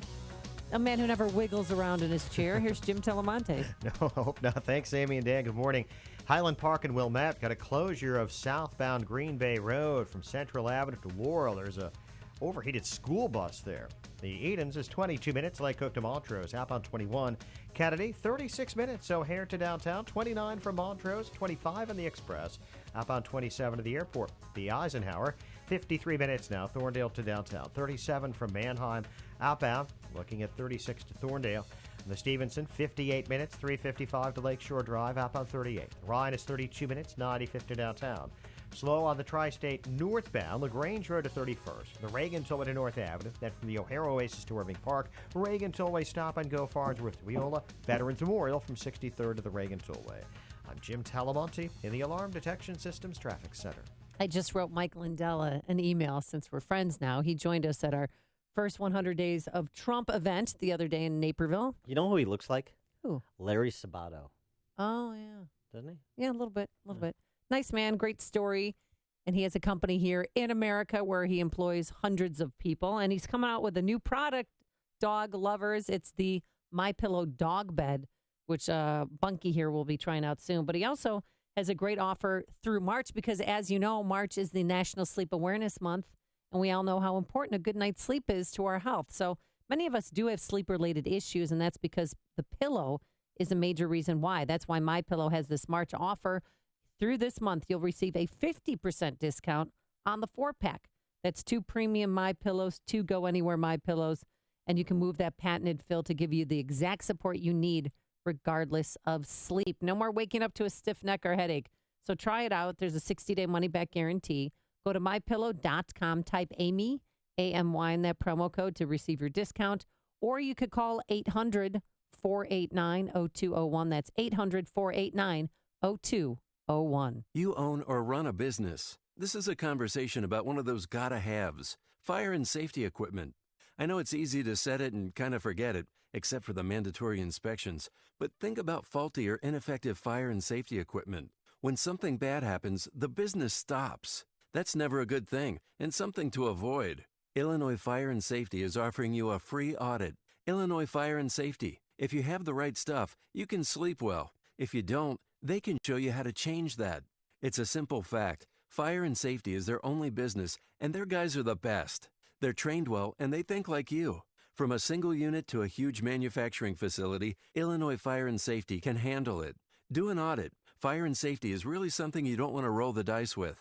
Illinois Fire and Safety, a company that shares the same values as you do. Let's do that fire and safety audit. 630-629-2413. I know it's sometimes hard to write down numbers, so here's where you can get it. IllinoisFire.com. This is Dan Proft with 60 Seconds of Sanity, sponsored by Upstream-Ideas.com. College campuses are places of quote-unquote emotional coddling and quote-unquote intellectual impoverishment, so wrote leftist New York Times columnist Frank Bruni. The student protesters couldn't look at me directly because if they had, they would have seen another human being, wrote Middlebury College professor Allison Stanger, a self-identified liberal, who suffered a concussion as a result of being assaulted by leftist students protesting the presence of eminent sociologist Dr. Charles Murray on campus. At Middlebury, Stanger was mugged by the reality, quite literally, that there is no safe space for dissent from the established campus orthodoxy. In her description of the violence, Stanger offers the cliched contention that we are at a boiling point. Are we? Were we at a boiling point during the Obama presidency? Or is it more accurate to say that thuggery is what leftist students have been taught since the 1960s by the Che Guevara set in academia and subsequently learned to use alternatively in collaboration with them or against them to extract what they want? Hey, Amy, where are we going next week? The big toy company or something? Yeah, a toy company on Racine in downtown Chicago, and I can't wait. That's going to be fun. That's part of our AM 560 business tour presented by Signature Bank. We're celebrating local businesses, overcoming the odds in Illinois and succeeding in spite of the many roadblocks and challenges thrown up by local and state government. We're trying to make businesses great again in Illinois, give back to the business community by broadcasting our show live from various locations throughout Chicagoland. Does your business have a great success story? If so, we want to hear about it. Go to 560theanswer.com/business and fill out the brief form to tell us about how you and your business are serving your clients and your community. We're going to select a few more businesses as stops on our AM 560 business tour this spring to broadcast from your location and share your success with our audience. Go to 560theanswer.com/business to tell us your story. That's 560theanswer.com/business. And we may be stopping at your location this spring on the AM 560 business tour presented by Signature Bank.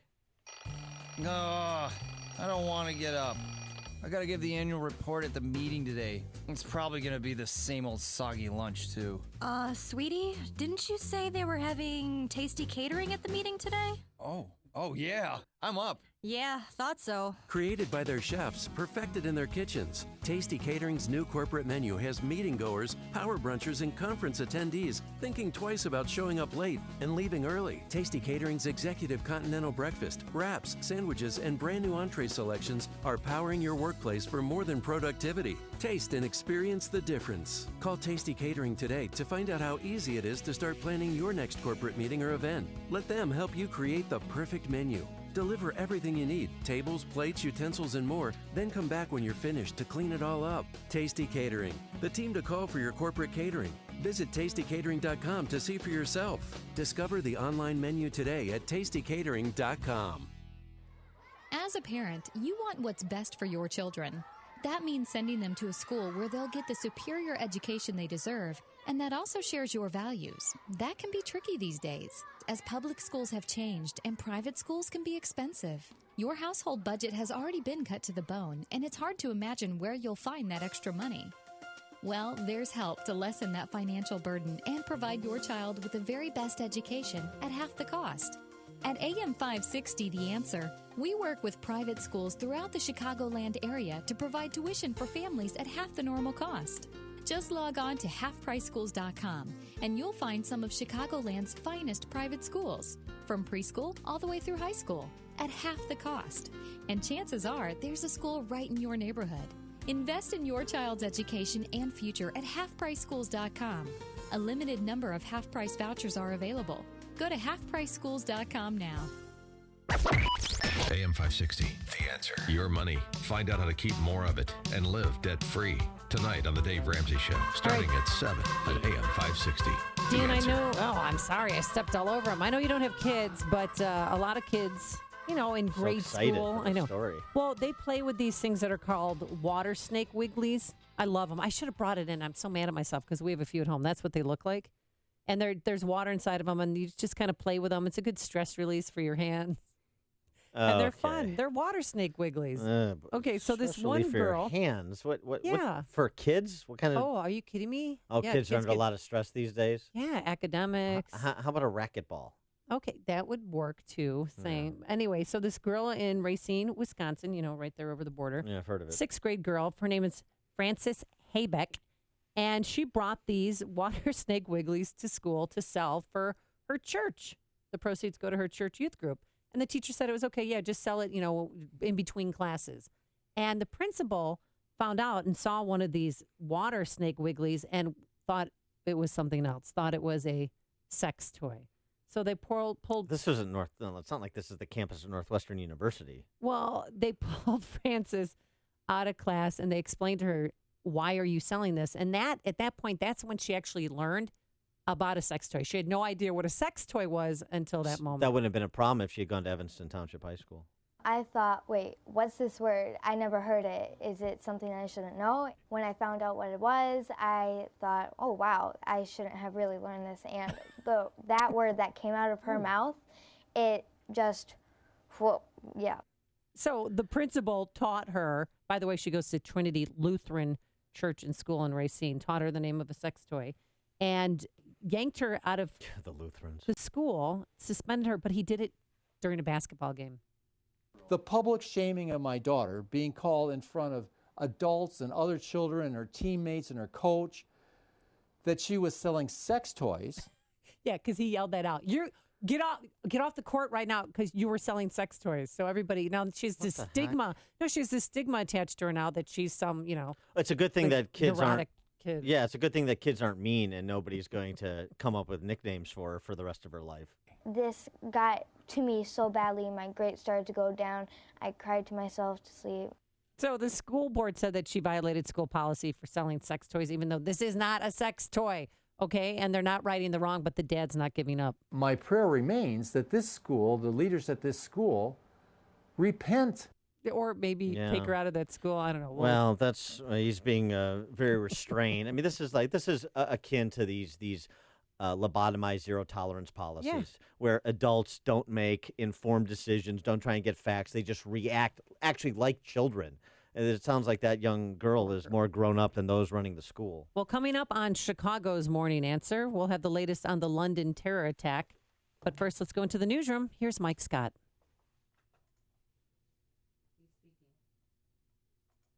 Faces more charges in the Laquan McDonald case. Chicago has a big population dip, and the Supreme Court revives the hospital property tax offset. Blackhawks slip past the Stars in a shootout.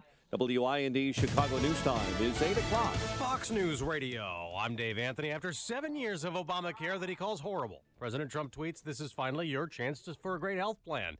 He has told House Republicans it's take it or leave it today, and Health and Human Services Secretary Tom Price tells them this is the first step, and they need to get on board. But some conservatives don't like the plan. Another Trump tweet says it's ironic they're very pro-life, but would let Planned Parenthood continue if they don't back this bill. Fox's Rachel Sutherland live in Washington. Republicans debated proposed changes in the Rules Committee, and Dave, they just wrapped up. They are sending this bill to the House floor for debate.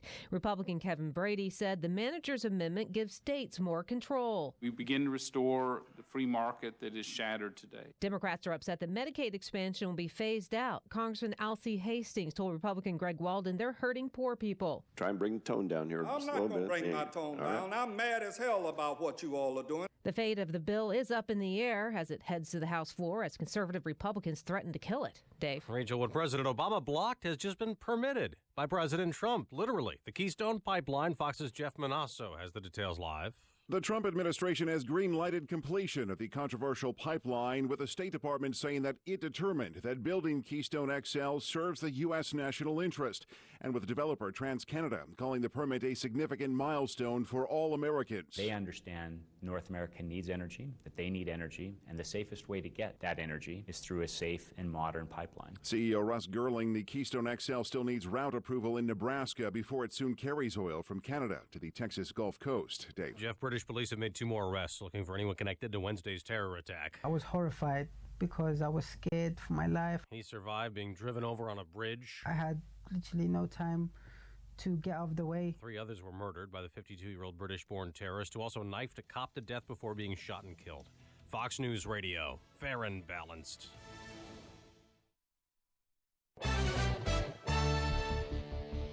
Clouds and sun, 51 degrees, 8:02 is our time on AM 560. The Answer. Good morning. I'm Mike Scott. Chicago police officer awaiting trial in the deadly shooting of Laquan McDonald is facing new charges. An indictment unsealed yesterday in the murder case against Officer Jason Van Dyke adds 16 counts of aggravated battery with a firearm. A lawyer for Van Dyke entered a plea in court yesterday. We'll acknowledge receipt. First of all, we'll waive formal reading and we'll enter a plea of not guilty. Van Dyke is still charged with 6 counts of murder and 1 count of official misconduct. No one hurt following a standoff on Chicago's north side. SWAT teams were called out last night to a home near Bryn Mawr and Magnolia on a report of a person with a gun. One man refused to come out of a home for several hours, later surrendering to authorities. A judge has ruled that Illinois Comptroller Susana Mendoza must pay lawmakers, even though the state doesn't have a budget. Cook County Circuit Judge Rodolfo Garcia ruling in favor of Illinois legislators on Thursday. Illinois nonprofit hospitals still do not have a firm answer about their taxes. The Supreme Court in the state yesterday sent a case dealing with hospital taxes back to a lower court.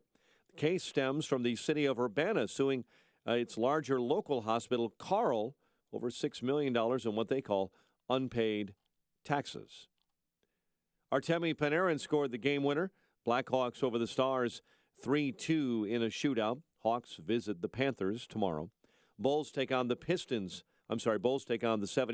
tonight after a win over the Pistons this week. 8:03 is our time. It's time for the AM 560 Business Beat. From the Fox Business Network and a service of Turnkey.pro, here's Jenny Casola. From the Fox Business Network, SeaWorld's largest shareholder is selling its stake to a Chinese investment firm, a company that invests in tourism and leisure businesses. The Blackstone Group will no longer hold any stake in the Orlando company after the sale. It values SeaWorld Entertainment at $23 a share. Video game retail chain GameStop is closing at least 150 of its stores. Its sales dropped more than 13% last year, and the decline was even more steep during the holiday season. Daimler, the company that makes Mercedes-Benz cars, is being investigated for possible emissions cheating. Volkswagen has been the subject of a worldwide investigation. Now Daimler is also accused of rigging cars so they will pass emissions tests. The Dow closed down 4 points yesterday. NASDAQ dropped almost 4. S&P lost 2. With the Fox Business Report, I'm Jenny Cosola. 8:04 and a check of traffic and weather on the way next on AM 560. You're the one that gets it done. The person your friends call to see if you can fix it. Brakes? No biggie. Shocks and struts? Simple and straightforward. The catalytic converter heat shield? Come on. If it has wheels, you can make it go. But not having the right part can bring your project to a screeching halt. Problem solved with MyPartsGarage.com. My Parts Garage is not a big box store that needs to wait to get a part in. My Parts Garage is the warehouse that sells wholesale to you. They own the inventory, so your part is always in stock. But wait, there's more. Like free shipping within 24 hours, in-state next-day delivery, or pick it up today at the warehouse. Plus, the customer service is seriously awesome. So the last thing you need to do is drive fast and furiously to find auto parts. With the average driver in Chicago commuting at least 24 miles per day, people are spending more hours in their car than they do at home. Drivers need you, the mechanic. You need MyPartsGarage.com. Lowest prices guaranteed. I'm Jay Farner, president of Quicken Loans. Right now is a great time to buy a home. Whether you're a first-time home buyer or an experienced one, Quicken Loans has many options that may be right for your unique financial situation. We can even show you how to get pre-approved for a mortgage with as little as 1% down. That's only $2,000 down on a $200,000 mortgage. No matter what's happening with the housing market, it's always a smart move to call us at 800-QUICKEN. The rate today on a 30-year fixed-rate mortgage is 4.375%, APR 4.6%. Experience the confidence that comes from working with a mortgage partner that has your best interest in mind. For 7 years in a row now, J.D. Power has ranked Quicken Loans highest in the nation in customer satisfaction for primary mortgage origination. And for the 3rd year in a row, they've also ranked us highest in the nation for mortgage servicing. Call 800-QUICKEN today or go to QuickenLoans.com. That's 800-QUICKEN. Visit jdpower.com for award information. Call for cost information and conditions. Equal housing lender. Licensed in all 50 states. NMLS ConsumerAccess.org. Number 3030. 8:07. Let's check our roads in the Alarm Detection Systems Traffic Center with Jim Talamonte. Thanks, Mike. Northbound I-65 has delays from 113th Avenue to 101st Avenue due to a crash. The Edens, all clear, 19 minutes either way between Lake Cook and Montrose. And Don Kennedy, so Keeler to the Burn Circle, 35 minutes O'Hare to downtown. 25 from Montrose, 26 in the Express. Outbound, 10 minutes to Montrose, 31 to the airport. Now, the Eisenhower's 55 minutes from Thorndale to downtown. It's 40 from Manheim. Outbound 38 to Thorndale. Stevenson, 58 minutes, 355 to Lakeshore Drive. Outbound 38. Bryan, 32 minutes, 95th to downtown. Southbound Lakeshore Drive, so Irving Park to North Avenue, and 18th to the Stevenson. Northbound, heavy Bryn Mawr to Hollywood. Tri-State southbound, sluggish, Balmoral to the O'Hare Oasis. Northbound, from the 83rd Street toll to 31st, it's slow. Then from the Eisenhower to North Avenue, Veterans Memorial tight, 63rd at the Reagan Tollway. Traffic answers when you need them most. I'm Jim Talamonte on AM 560, The Answer. Chicago's Morning Answer continues next. Your official Chicagoland weather forecast. From the AirComfort.com Weather Center, here's our meteorologist, Brian May. Cloudy and breezy today. The temperature approaching the record of 79, set 1939, high 75. Mild tonight with rain and a thunderstorm, low 44. Cooler tomorrow with occasional rain, high 59. I'm Brian May on AM 560, The Answer. Pretty nice right now. 55 at O'Hare, 55 along the lakefront. Your next news update is at 8:30. Chicago's Morning Answer with Dan and Amy continues next on AM 560, The Answer. This hourly segment is brought to you by Secure Retirement Radio with host Raj Shah. Sunday mornings at 7 on AM 560, The Answer. This is Chicago's Morning Answer with Dan Proft and Amy Jacobson on AM 560, The Answer.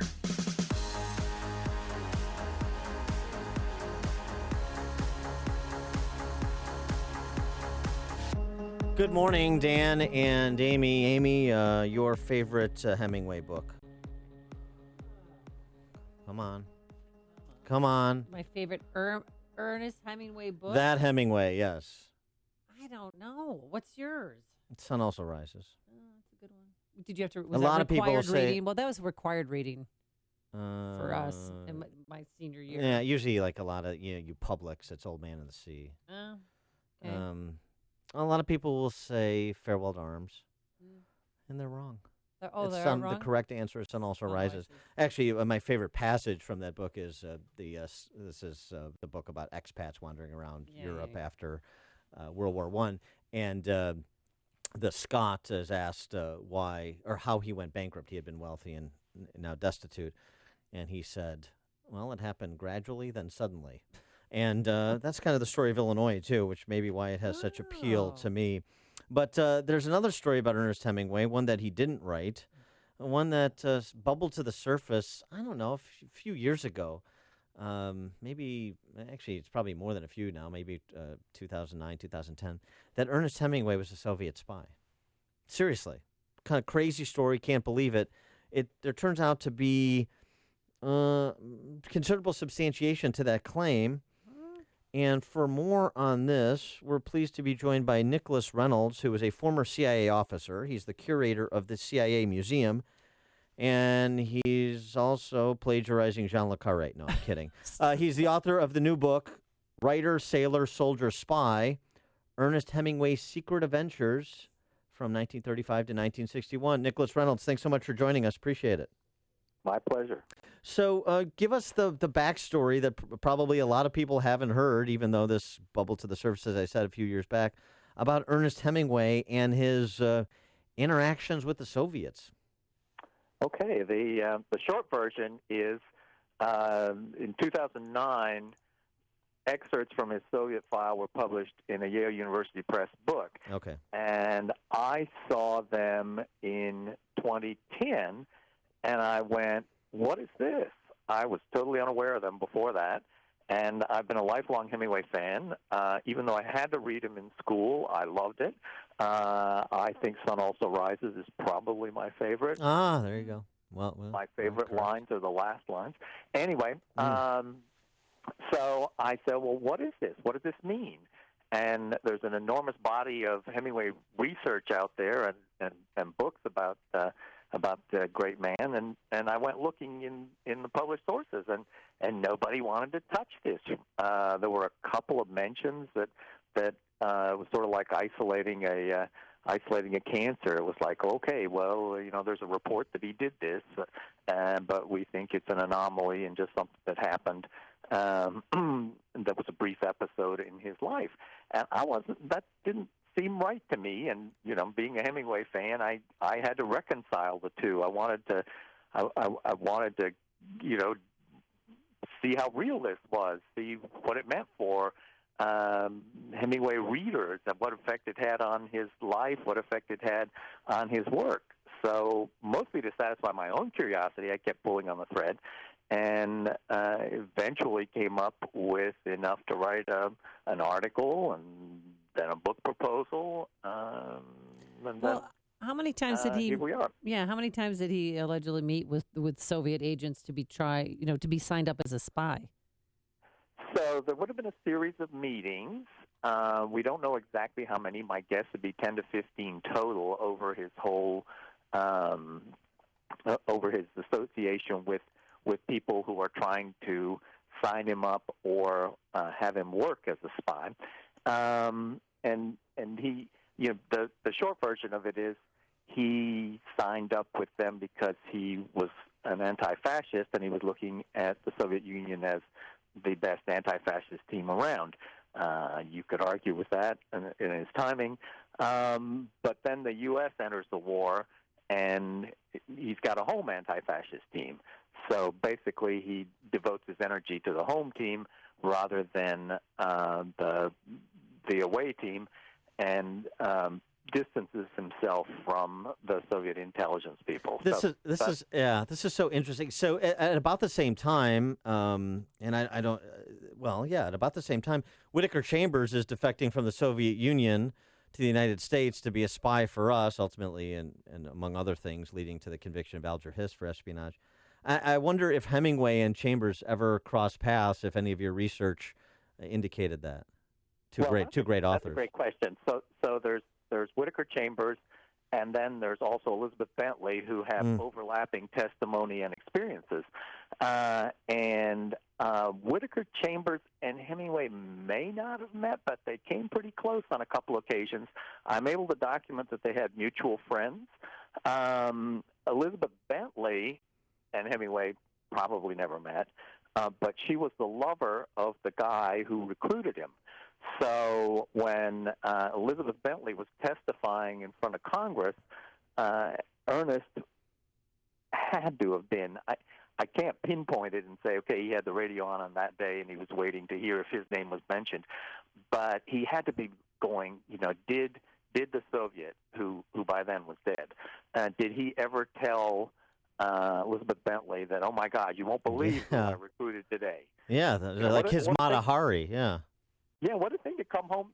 Imagine you've been a fairly good Soviet operative on the East Coast. You recruit Ernest Hemingway, and you come home to your girlfriend, your living girlfriend. You're really going to have to be superhuman to and bite your tongue, and you won't believe who I just signed up. But apparently he didn't do it. Apparently he did bite his tongue. Either that or Elizabeth bit her tongue and never mentioned it. She mentioned everybody else, just like Whittaker Chambers. I mean, it was amazing the extent of their testimony and knowledge. But isn't it also that Hemingway turned out not to be? I mean, you mentioned that he reverted back to the home team, meaning America, when America entered. But he also didn't do much for the Soviets either. He wasn't particularly effective in any material way. That's correct. So I use a dating metaphor. In Spain in 1937 and 38, Ernest did a lot of things for the Soviets that they might have asked him to do if he had signed up by then. So it's kind of like, it was an informal relationship, and they said, hey, would you mind writing this article? Would you mind going to talk to this guy? Can you help on this film? And he did all of those things willingly. And so the recruitment at the end of 1940 or the beginning of 1941 is like getting married. And then almost immediately, as far as I could tell, I make a strong circumstantial case. Ernest goes, oh, wait, it was one thing. These guys were great dates, but do I really want to be hitched to them? And then within months, you see him stepping back from this. So you think he had buyer's remorse? Absolutely. I mean, I use that word in the book. Uh-huh. Do you think that contributed at all to his tragic suicide in 1961? I think it contributed. I don't think, it's impossible to say, okay, right. Here was one overwhelming factor, and that drove all the, that made that it was decisive. But, what we see towards the end of his life is a lot of problems stacking on top of each other. So there's physical problems. He's in a couple of plane wrecks, and around the time he wins the Nobel Prize, then there's what he ate, drank, not the healthiest. The doctors will tell you, and then depression runs in the family, and he himself describes it in his letters, and. Then, towards the end of the decade, he basically loses his home in Cuba, and he's lived there since 1940, and that's that's a big blow to him too. Well, so what's the kind of the net out of your perspective on Hemingway with respect to his dalliance with the Soviets? I mean, was this is he a traitor to our country? Do we have to take down his museum home in Oak Park? Watch it. I mean, Well- I mean, I'm just asking a question. That's the way I felt initially. I went, "Oh my God, this is Ernest, my hero. What? Right. Do we? Yeah, you put it very well. And do we have to get everyone to sign a waiver before do you understand that you're now entering the home of a Soviet? Yeah, right. Oak Park home, former Soviet agent. I think you have to. Not quite. First of all, we weren't. Soviet Union. It wasn't the Cold War yet. Soviet Union wasn't the enemy. It wasn't exactly a friend either. There were a lot of people who didn't like communists in the United States at this point.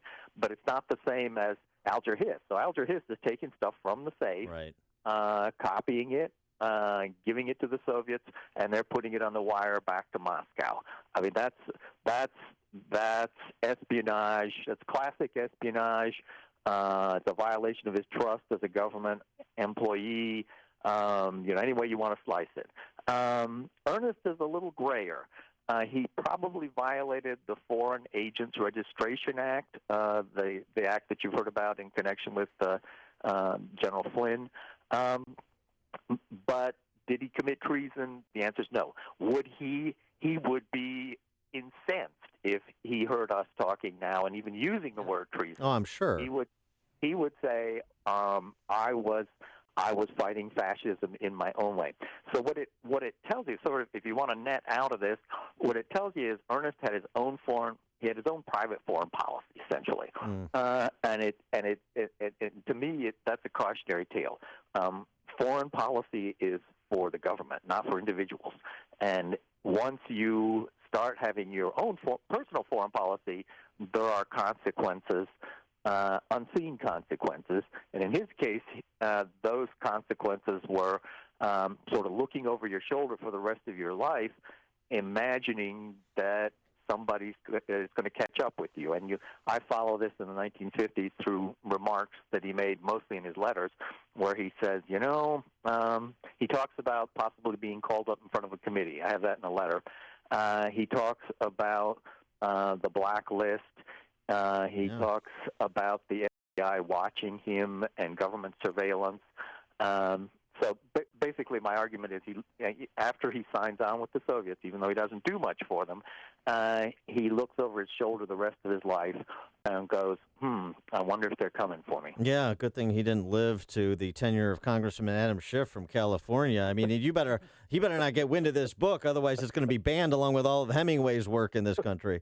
All right, he is Nicholas Reynolds, former CIA officer, curator of the CIA Museum, author of the book that I'm looking forward to reading, Writer, Sailor, Soldier, Spy, Ernest Hemingway's Secret Adventures, 1935 to 1961. Nicholas Reynolds, thanks so much for joining us. Good luck with the book. It's my pleasure. Thank you, guys. And he joined us on our turnkey.pro answer line. The more you listen, the more you'll know. This is Chicago's Morning Answer. Morning Answer on AM 560. The Answer. Today, cloudy, breezy, but warm. A high of 75 degrees, but don't rule out the chance that we could break the record of 79 that was set back in 1939. Tonight, some rain and thunderstorms. In the weekend, Saturday looks cooler with occasional rain, a high of 59. And on Sunday, cloudy, passing shower or two, a high of 62 degrees. Let's get into our alarm detection systems traffic center. Here's Jim Telemonte. Well, Amy, could some people be taking an early spring break? The Edens is all clear, no delays. On the Kennedy, though, it's heavy inbound, Keeler to the Burn Circle, 39 minutes, O'Hare to downtown. So still lighter than usual. And outbound, just a 5-minute delay, Montrose to Sayre. The Eisenhower, 55 minutes, Thorndale to the post office, 40 from Manhunt, outbound 36 to Thorndale. Stevenson, 58 minutes, 355 to Lakeshore Drive, outbound 38. Bryan is 32 minutes, 95th to downtown. Lakeshore Drive delays, only southbound Irving Park to North Avenue. Tri-State southbound heavy, Balmoral to the O'Hare Oasis. Northbound, it's stop and go. The 83rd Street toll to 31st. The Eisenhower to North Avenue. Adams Tollway a bit tight, Meacham to 53. And the Veterans Memorial, 63rd to Maple. Northwest Indiana's now good. No Bulls traffic around the UC tonight, and monster trucks in Hoffman Estates at the Steer Center. Jim Talamonte in the Alarm Detection Systems Traffic Center. How would you describe your health care?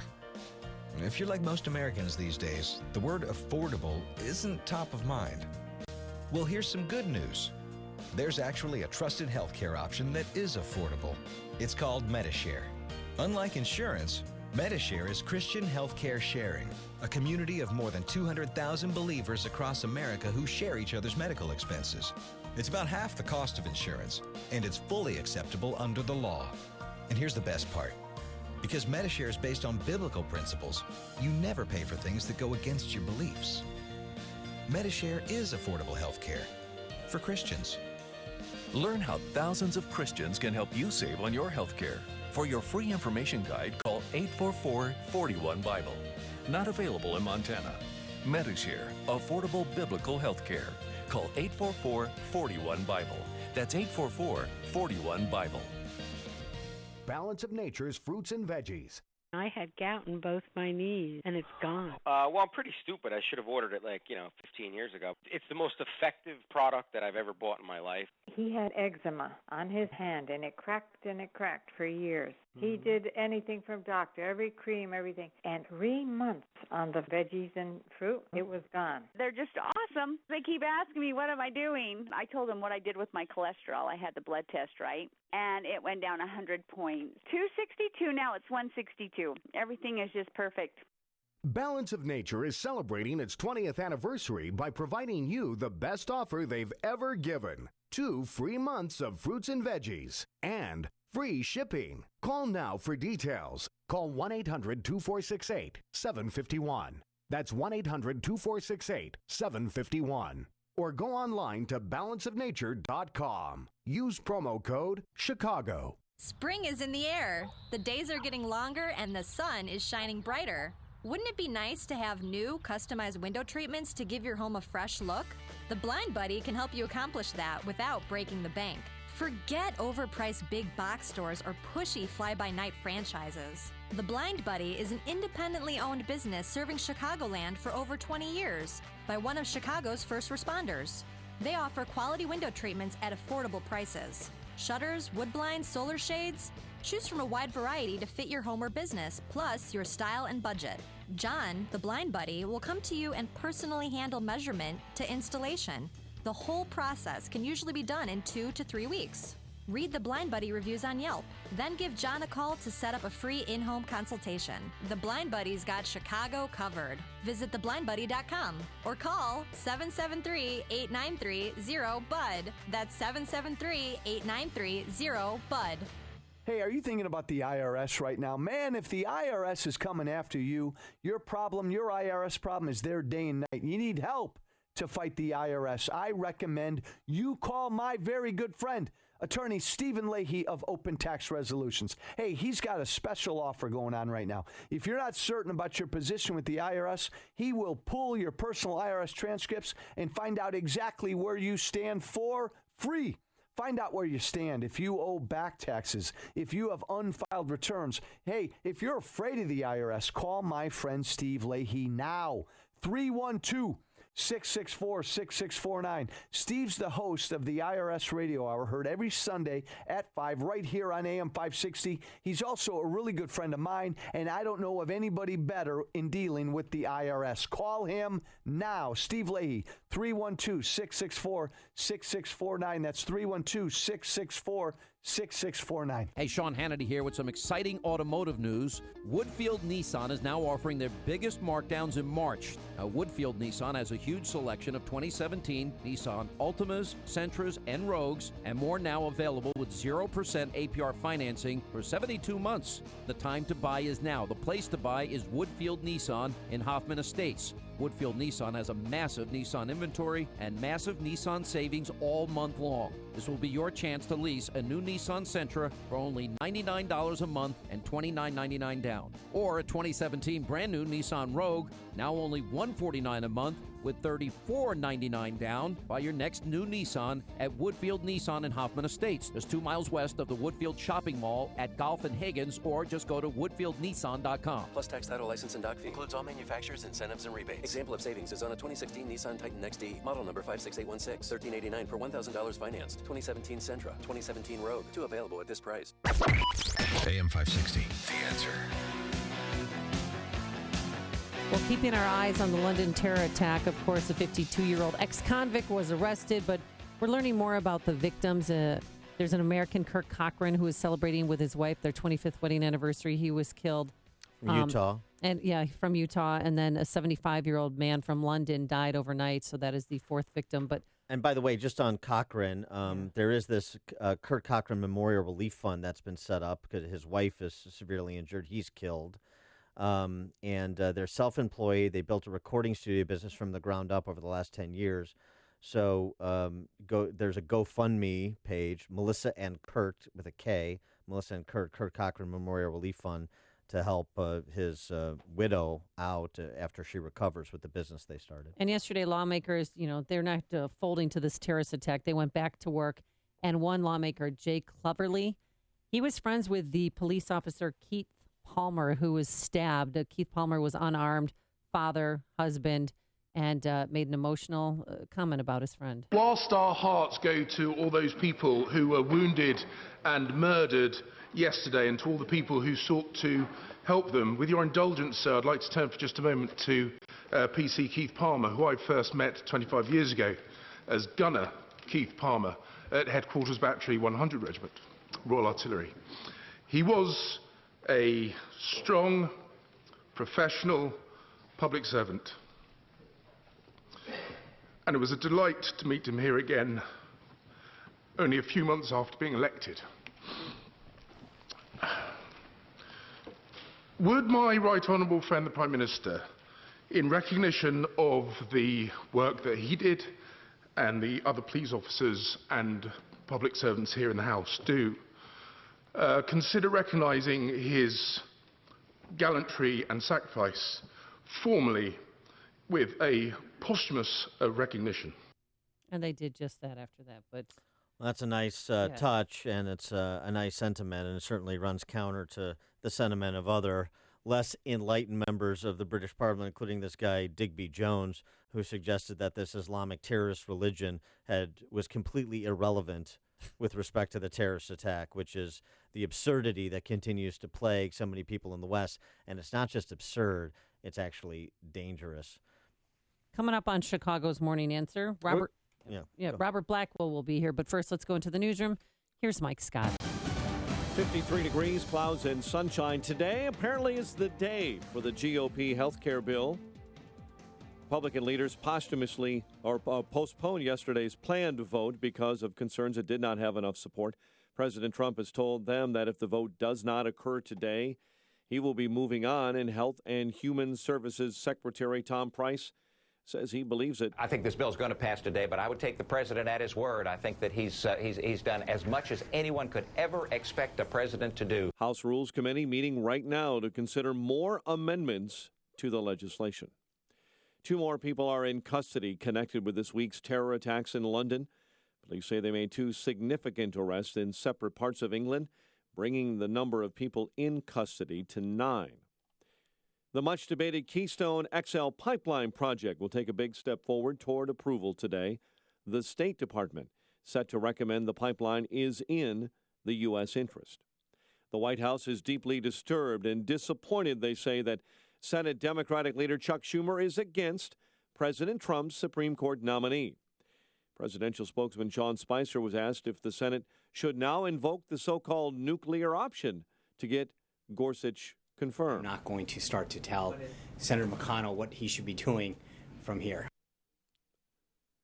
Chuck Schumer said Neil Gorsuch is insufficiently independent. In his words, Schumer's statement sets the stage for a Democratic filibuster. Chicago police officer awaiting trial in the deadly shooting of Laquan McDonald is facing new charges in an indictment unsealed yesterday. TSA agents continuing to find guns in carry-on luggage at both of Chicago's airports. At Midway, the discovery of a 9mm handgun in a carry-on bag yesterday makes 4 weapons found so far this month. And soon you may get pulled over for not having your headlights on, even during the day. Lawmakers in Springfield earlier this week gave their first approval to a plan to require headlights on all day long. Chicago sports. Last night, a Blackhawks win in a shootout over the Stars, 3-2. Bulls take on the 76ers tonight at the UC. Cactus League play this afternoon. Cubs take on the Indians, and the Sox will meet the A's. The news service of Staples. Let Staples be your office, away from the office, with all you need to print, scan, or fax. Last-minute changes to the big presentation. Access files from a USB, email, or the cloud. And there are self-serve machines, so there's no waiting. Staples.com/copy and print for more. Staples, make more happen. 8:34 and a check of traffic and weather on the way next on AM 560. Are you hiring? Join the over 3 million businesses that use Indeed.com for hiring. Post your next job opening on the world's #1 job site, Indeed.com. Balance of Nature's fruits and veggies. There's absolutely no doubt in my mind that this product works. I even recommended it to my mother, and she's been taking it, and she's 89 years old. It makes me feel good. It really does. I could feel a change in my well-being, let's put it that way. So far, it has helped my irritable bowel. So I'm just praying that it just keeps going, because you don't know. This was a dreadful thing. Dreadful. Balance of Nature is celebrating its 20th anniversary by providing you the best offer they've ever given. 2 free months of fruits and veggies and free shipping. Call now for details. Call 1-800-2468-751. That's 1-800-2468-751. Or go online to balanceofnature.com. Use promo code Chicago. Balance of Nature, you guys are awesome. God bless you. Hey, you've heard how Automated Systems excels at assisting companies with systems integration and FDA compliance, but they're also a staffing leader. They supply handpicked elite leadership, subject matter experts, and proven technical professionals in engineering, quality control, and FDA compliance to support the life sciences field in executing mission-critical projects. ASI provides highly specialized pros to deliver projects on time and budget. Don't pay a lot more to a big consulting firm, and don't trust the big temp agencies to supply the talent you need. Call Laz, my friend Laz at Automated Systems, when failure isn't an option. ASI is retained by all of Chicagoland's Fortune 500 life sciences companies, from big pharma to startups, and excel through a culture of excellence in execution. For a staffing, compliance, or automation evaluation, call Laz now at Automated Systems at 844-HIRE-ASI or visit AutomatedSYS.com. That's 844-HIRE-ASI or AutomatedSYS.com. It's 8:36. Let's check the roads in the Alarm Detection Systems Traffic Center with Jim Talamonte. Thanks, Mike. The Edens is fine right now with no delays to report. Kennedy inbound, stop and go Keeler to the Burn Circle. 39 minutes O'Hare to downtown, 29 from Montrose, 22 in the Express. Outbound 25 to the airport, slow Montrose to Sayre. Inbound Eisenhower delays are from St. Charles to the Tri-State and 1st Avenue to the Circle. 52 minutes Thorndale to downtown, 38 from Manheim, outbound 36 to Thorndale. Inbound Stevenson, 58 minutes, 355 to Lakeshore Drive, outbound it's clear. Ryan is 32 minutes, 95 to downtown, outbound 18 with a rollover crash reported near 71st. Southbound Lakeshore Drive, heavy Irving Park to North Avenue. Tri-State southbound slow from Balmoral to the O'Hare Oasis. Northbound from the Reagan Tollway to the Eisenhower. Eastbound Adams Tollway a little slow, Meacham to 53. The other tollways are fine. Southbound 53 at Algonquin, there's a crash. Traffic answers when you need them most. I'm Jim Talamonte on AM 560. The Answer. Chicago's Morning Answer continues next. Your official Chicagoland weather forecast from the AirComfort.com Weather Center. Cloudy, breezy. Temperatures in spots may hit near the record of 79. That was set back in 1939. We should top out in general near 75. Mild rain and thunderstorms overnight expected, low 44. 55 at O'Hare and along Chicago's lakefront. Your next news update is at 9. Chicago's Morning Answer with Dan and Amy continues next on AM 560, The Answer. This hourly segment is brought to you by Military Mortgage Talk with host Tony Gatliff. Sunday mornings at 9 on AM 560, The Answer.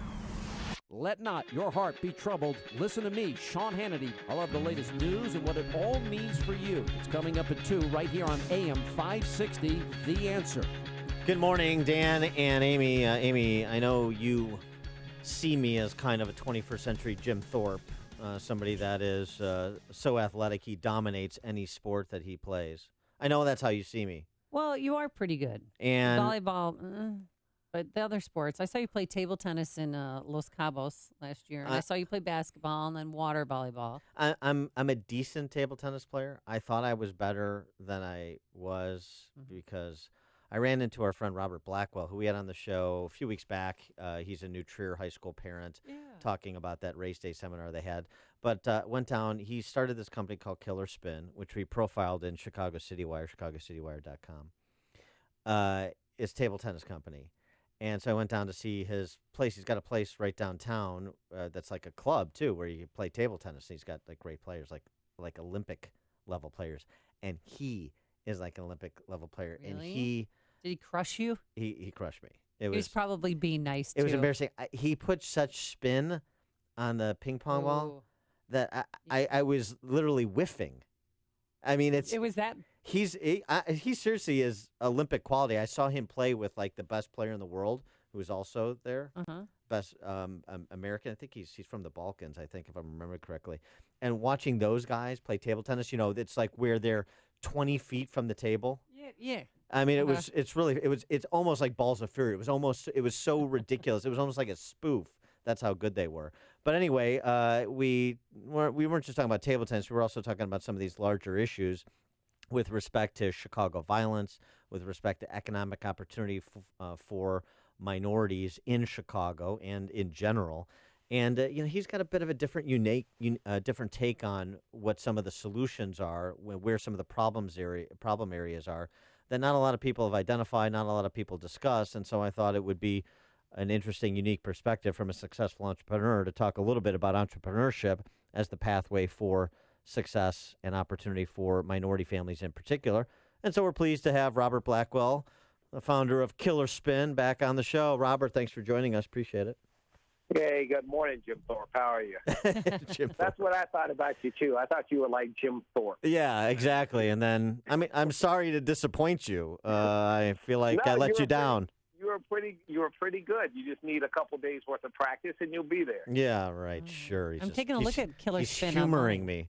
But before we get into some of the policy discussion, just give us the backstory on Killer Spin and how you started the company and what it does and how it's grown. Well, from my background, I was a trader for a long time, and in the year 2000, I was concerned about the stock market. And I was in a taxi, and a taxi driver gave me some stock advice, and I said, well, for sure it's over now. So I decided that we should I have my IT company. I have an IT company as well, excuse me. And I decided that we should diversify into the public sector because we had never done any business in the public sector. And the year 2000, Chicago had something called the Ping Pong Festival. So we became the sponsor of the Ping Pong Festival. My company is called EKI. And Lois Weisberg, who was head of public affairs at the time, a beautiful lady who passed a couple years ago, she asked me to be the chairman. And whenever there were tables out, there were just lines of people to play. So I just kind of came up with this stupid idea of having a table tennis company because everybody in the world knows table tennis, but nobody can name the name of a brand. So in 2002, we started a company called Killer Spin, and Killer Spin exists to help people connect to the people that they care about through table tennis experiences, your family, friends, customers, and employees. So that's really what the company does, and we've become the leading producer of table tennis media in the world. We created kind of the high-end category for table tennis. And we've used it to really bring different people together. The likelihood is if you played table tennis, you played with somebody you cared about. Yep. Your father, cousins, somebody. Yeah. So it's a sport of family and friends, and also the digital generation. Yes. Almost every place where you have tech people, you have table tennis. It's becoming part of culture. And I think there are two big trends in the world. One is the digitization of everything, and the other is the rebellion against the digitization of everything. Yeah. I think anybody who's got kids is concerned about how much time their kids spend connected to electronic devices. It's really changing the way our brains work, the way that we communicate with one another. So table tennis is just a sport. You can play it really almost at any level, and it really allows you to form real connections with people at home and at work and at school. I have a daughter with autism, and that's what I did with her. So I bond with her. So we think there's lots of opportunities to use table tennis to build stronger relationships. So the as whole a relationship yeah. between China and the U.S. was based on ping pong diplomacy. That's true. That's how it started. Forrest Gump. So as a mother of two boys, can you rent out space, or how does it work? Do we just call up and spend a few hours with you?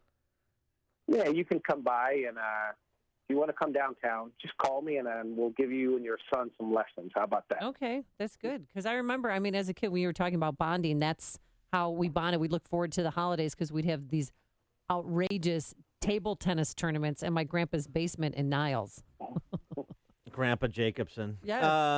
So now, kind of transitioning from your success as an entrepreneur and a black entrepreneur, we had this discussion about kind of the environment for entrepreneurship, and the thing that was stunning to me, which I didn't realize, and you had a different way of analyzing this. You looked at you educated me about annual revenues from firms, kind of by race and gender.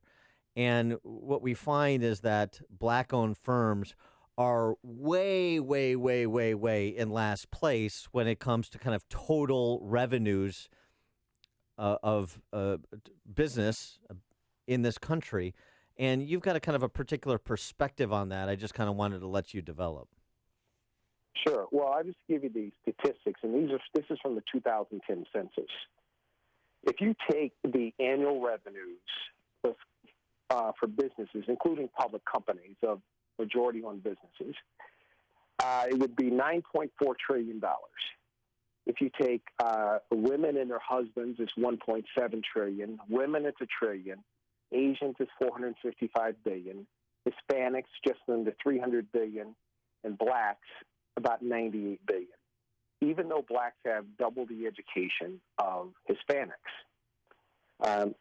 So if you look at what's happened in the last 20 years with China and India, they've taken about 750 million people out of poverty. And how did they do that? Well, first of all, they figured out really socialism doesn't work. And they freed their economies. And what happens, how people go from poverty to prosperity, there are three things. There's entrepreneurship, which creates economic activity, the appreciation of education, and social capital. Social capital is what happens when entrepreneurs pull people out of their own communities, do things like microfinance, give them jobs. And the other is they create aspiration for young people. You're never going to have enough, charity to go around and help hundreds and hundreds of thousands of kids via charity. But what happens with entrepreneurship, it creates aspiration. And then those young people prepare themselves for the opportunities in the economy. The problem with in the black community is, just try this experiment. Name two black entrepreneurs who are really successful. That means you'd know them wherever you are in the country, that don't have anything to do with entertainment. Including sports. No, sports is entertainment. Yeah, right. Okay. Sports, right. movies, music. Right. Try to name two. Johnson at BET. That's the first one that comes to my mind. No, that's entertainment. Oh, that's entertainment. Yeah, right. right. Yeah, right. You're right. I'm out. Oprah, right? No, yeah, but that's entertainment. Well, right, that's his completely- point. Yeah. It is, yes. So here's what happened, and this is almost unique. Now, there's no government programs to teach black kids how to play basketball and to be actors and things like that, because the market is telling them that's where to place your bet. So they prepare themselves for those opportunities, where things like engineering and math and computer science and things like that, there's no market evidence, obvious market evidence to these kids that that's where they ought to be placing their bets. And if you're in India and China, it is their entrepreneurs that have created economic activity and this visual roadmap for young people. And I've been to, frankly, given speeches in both countries. You see the energy around entrepreneurship and preparing themselves for those opportunities in the economy. One other, so we're missing that. One other point that you make, and some of the material you sent me, is not just that the question you just asked about name an iconic black successful entrepreneur that's not in entertainment. You also make the point that 1 in 5 black adults work for the government. That is 30%. Blacks are 30% more likely to have a public sector job than non-Hispanic whites, twice as likely as Hispanics. What do we take from that data point? Well, there's a couple things. One is the opportunities that came for blacks were in the public sector starting in the 40s and 50s. But the problem that we have is there's so much, and we're seeing it now, there's so much government debt that you just have to look and see what is going to happen down the road. Blacks are lose. The black middle class is, a lot of it is based on government jobs. So if there's no outlet, if there's no private sector industry that's coming up that can absorb that, there's going to be big issues. And I think the biggest issues are, is we have minority business programs that, I don't know another way to say it, that are fake. And most people would think that blacks benefit the most from minority business programs, where they actually benefit the least. And you're talking about in private corporate environments too. I'm talking about in all of them. Okay. Government. This is a little secret that, black entrepreneurs, when they hear about MBE programs, for the most part, they get a little sick feeling in their stomach because they're not producing much. And if you actually go and look at the numbers, blacks are not leading in that. In fact, we're at the bottom. So what's happening in those programs? What's the rub there? Well, listen. Jim Webb, who's the Democratic senator from Virginia, a former Democratic senator, wrote an article about this topic, about the Trump election. And one of the things he said is that he was for affirmative action programs in business for blacks. But now the only people that are not benefiting from these programs, he said, are white males. But really, blacks don't benefit very much either. You can just look at the number. You can look at the number, the size of the business. And even in that $98 billion, that number's not even real, because there's lots of pass-through businesses where you can get credit for big numbers, and there's not much employment. So give an example of what you're talking about to make it concrete. Well, I would just, I'll give a theoretical example here, and I'll just show you how it works. Okay. Let's say that there's a company that uses lots of fuel. Transportation company uses lots of fuel. Multi-billion-dollar company, so they're going to buy billions of dollars worth of fuel. And they want to get credit for minority numbers. So they'll buy a lot of fuel from a fuel company, and they say, well, we want to be on the billion-dollar roundtable. We want to get credit for our minority numbers. We're going to buy $100 million worth of fuel from you, but we want to buy it through a minority company. Well, the minority company will then get it, purchase it for $99,500,000, and then resell it to the transportation company. Well, these are real examples. This happens every day. So the transportation company can say, "Oh, we're a good corporate citizen. We're doing all this business with minorities." And by the way, anybody who's not a straight white non-veteran male now is in the diverse category. So it looks like the transportation company did $100 million. The fuel companies did $100 million, or just less than $100 million. And you've got a company with $100 million in revenue and 2 employees. Right, exactly. I mean, it is right. And if you go and look at the numbers, you see what a gigantic problem this is. That means you cannot have employment without entrepreneurs. And entrepreneurs cannot create employment and jobs unless there's a customer.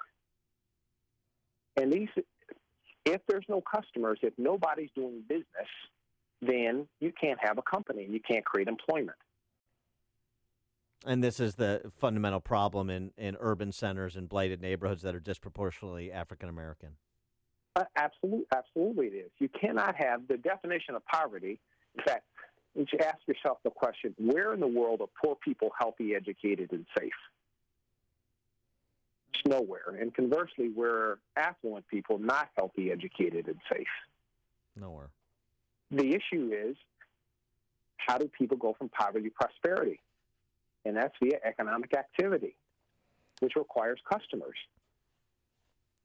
Robert Blackwell, I'm sorry, Robert, we're going to have to leave it there, but certainly want to continue this discussion. And I'm glad you opened it up, because you certainly opened up this perspective that I had not seen previously. Also, check out Robert Blackwell's profile piece in Chicago City Wire, chicagocitywire.com, on his company, entrepreneurial enterprise, Killer Spin. Robert, thanks for joining us again. Appreciate it. Thank you, Jim. And he joined us on our turnkey.pro answer line. Before you see it on TV, share it on Facebook, or read about it in the paper, hear it here first. This is Chicago's Morning Answer on AM 560. The Answer. If you have pain, I hope you listen up. Hi, it's Mike Gallagher. You don't need to live in pain. Let me repeat that. You do not have to live in pain. Chronic pain is the worst, whether it's from an accident or pain that just develops. Chicagoland, you're in luck. Dr. Ken Candido is one of the nation's most respected and successful pain doctors. He's been voted one of Chicago's best pain doctors several times. Bottom line, he's the pain doctor you need. Dr. Candido of Chicago Anesthesia and Pain Specialists will help you get off pain medication and all of the side effects. How? By finding the source of your chronic pain and fixing it. This is Ken Candido of Chicago Anesthesia Pain Specialists. Let's make you pain-free. Call Dr. Ken Candido and make an appointment with a cutting-edge, respected, and successful pain physician. Go to mypainchicago.com. That's mypainchicago.com. Thousands have been helped with their chronic pain, and you could be the next one. Get the phone number and all the info you need at mypainchicago.com. That's mypainchicago.com. Highland Park Ford Lincoln's in the house. Here's Alan Marty. For 30 years, we've been making people happy with incredible deals and service. We're the best Ford Lincoln dealers in town. Because making people happy makes us happy. No doubt. This is one happy place. Heck, we just break into dance all the time. We don't break into dance at the dealership. Sure we do. No, we really don't. We could. Come on, Marty, dance with me. The Highland Park Ford Lincoln Superstore. Call 1-800-984-9000 or go to alanmarty.com. Admit it. Okay, you're a lovely dancer. Thank you. This is Alan Marty. Deal with us. Amazing to realize, but you know, it's been almost 2 years I've been talking with you about Relief Factor, and I can tell you I've been continually inundated with testimonials. If you're struggling with ongoing back or neck pain, shoulder, hip, or knee pain, or general muscle pain, pains of any kind, do what tens of thousands of others have done so successfully. Go to ReliefFactor.com and order their 3-week quick start for just $19.95. 1-800-500-8384. That's 1-800-500-8384. My name is David Hochberg, Vice President Lending at Pearl Mortgage. If you're looking to secure financing on a new home or refinance your existing home, give me a call. I hired a loan officer who worked for the lender who boasts about having low closing costs, and I now have indisputable proof my closing costs are over $1,000 less than my competitors. I am so confident my rates and closing costs are lower than any of the other advertisers on this radio station. I'll make a donation to Children's Oncology Group if they aren't. When securing a mortgage, you could either work with lenders who constantly talk about low closing costs, or you could work with me. a lender who actually has low closing costs. Then think about all the things you could do with an extra $1,000 when my team originates your loan. I've helped thousands of AM 560 listeners, but I can't help if you don't call 312-751-1333 or visit am560david.com. For a mortgage, equal housing lender, Illinois Residential Mortgage License 4358, MLS 19186. Stop the runaround. Continental Audi of Naperville puts you in the driver's seat with straight talk and no hassle. Plus, we offer maintenance valet service and VIP loyalty rewards after the sale. It's the Continental difference.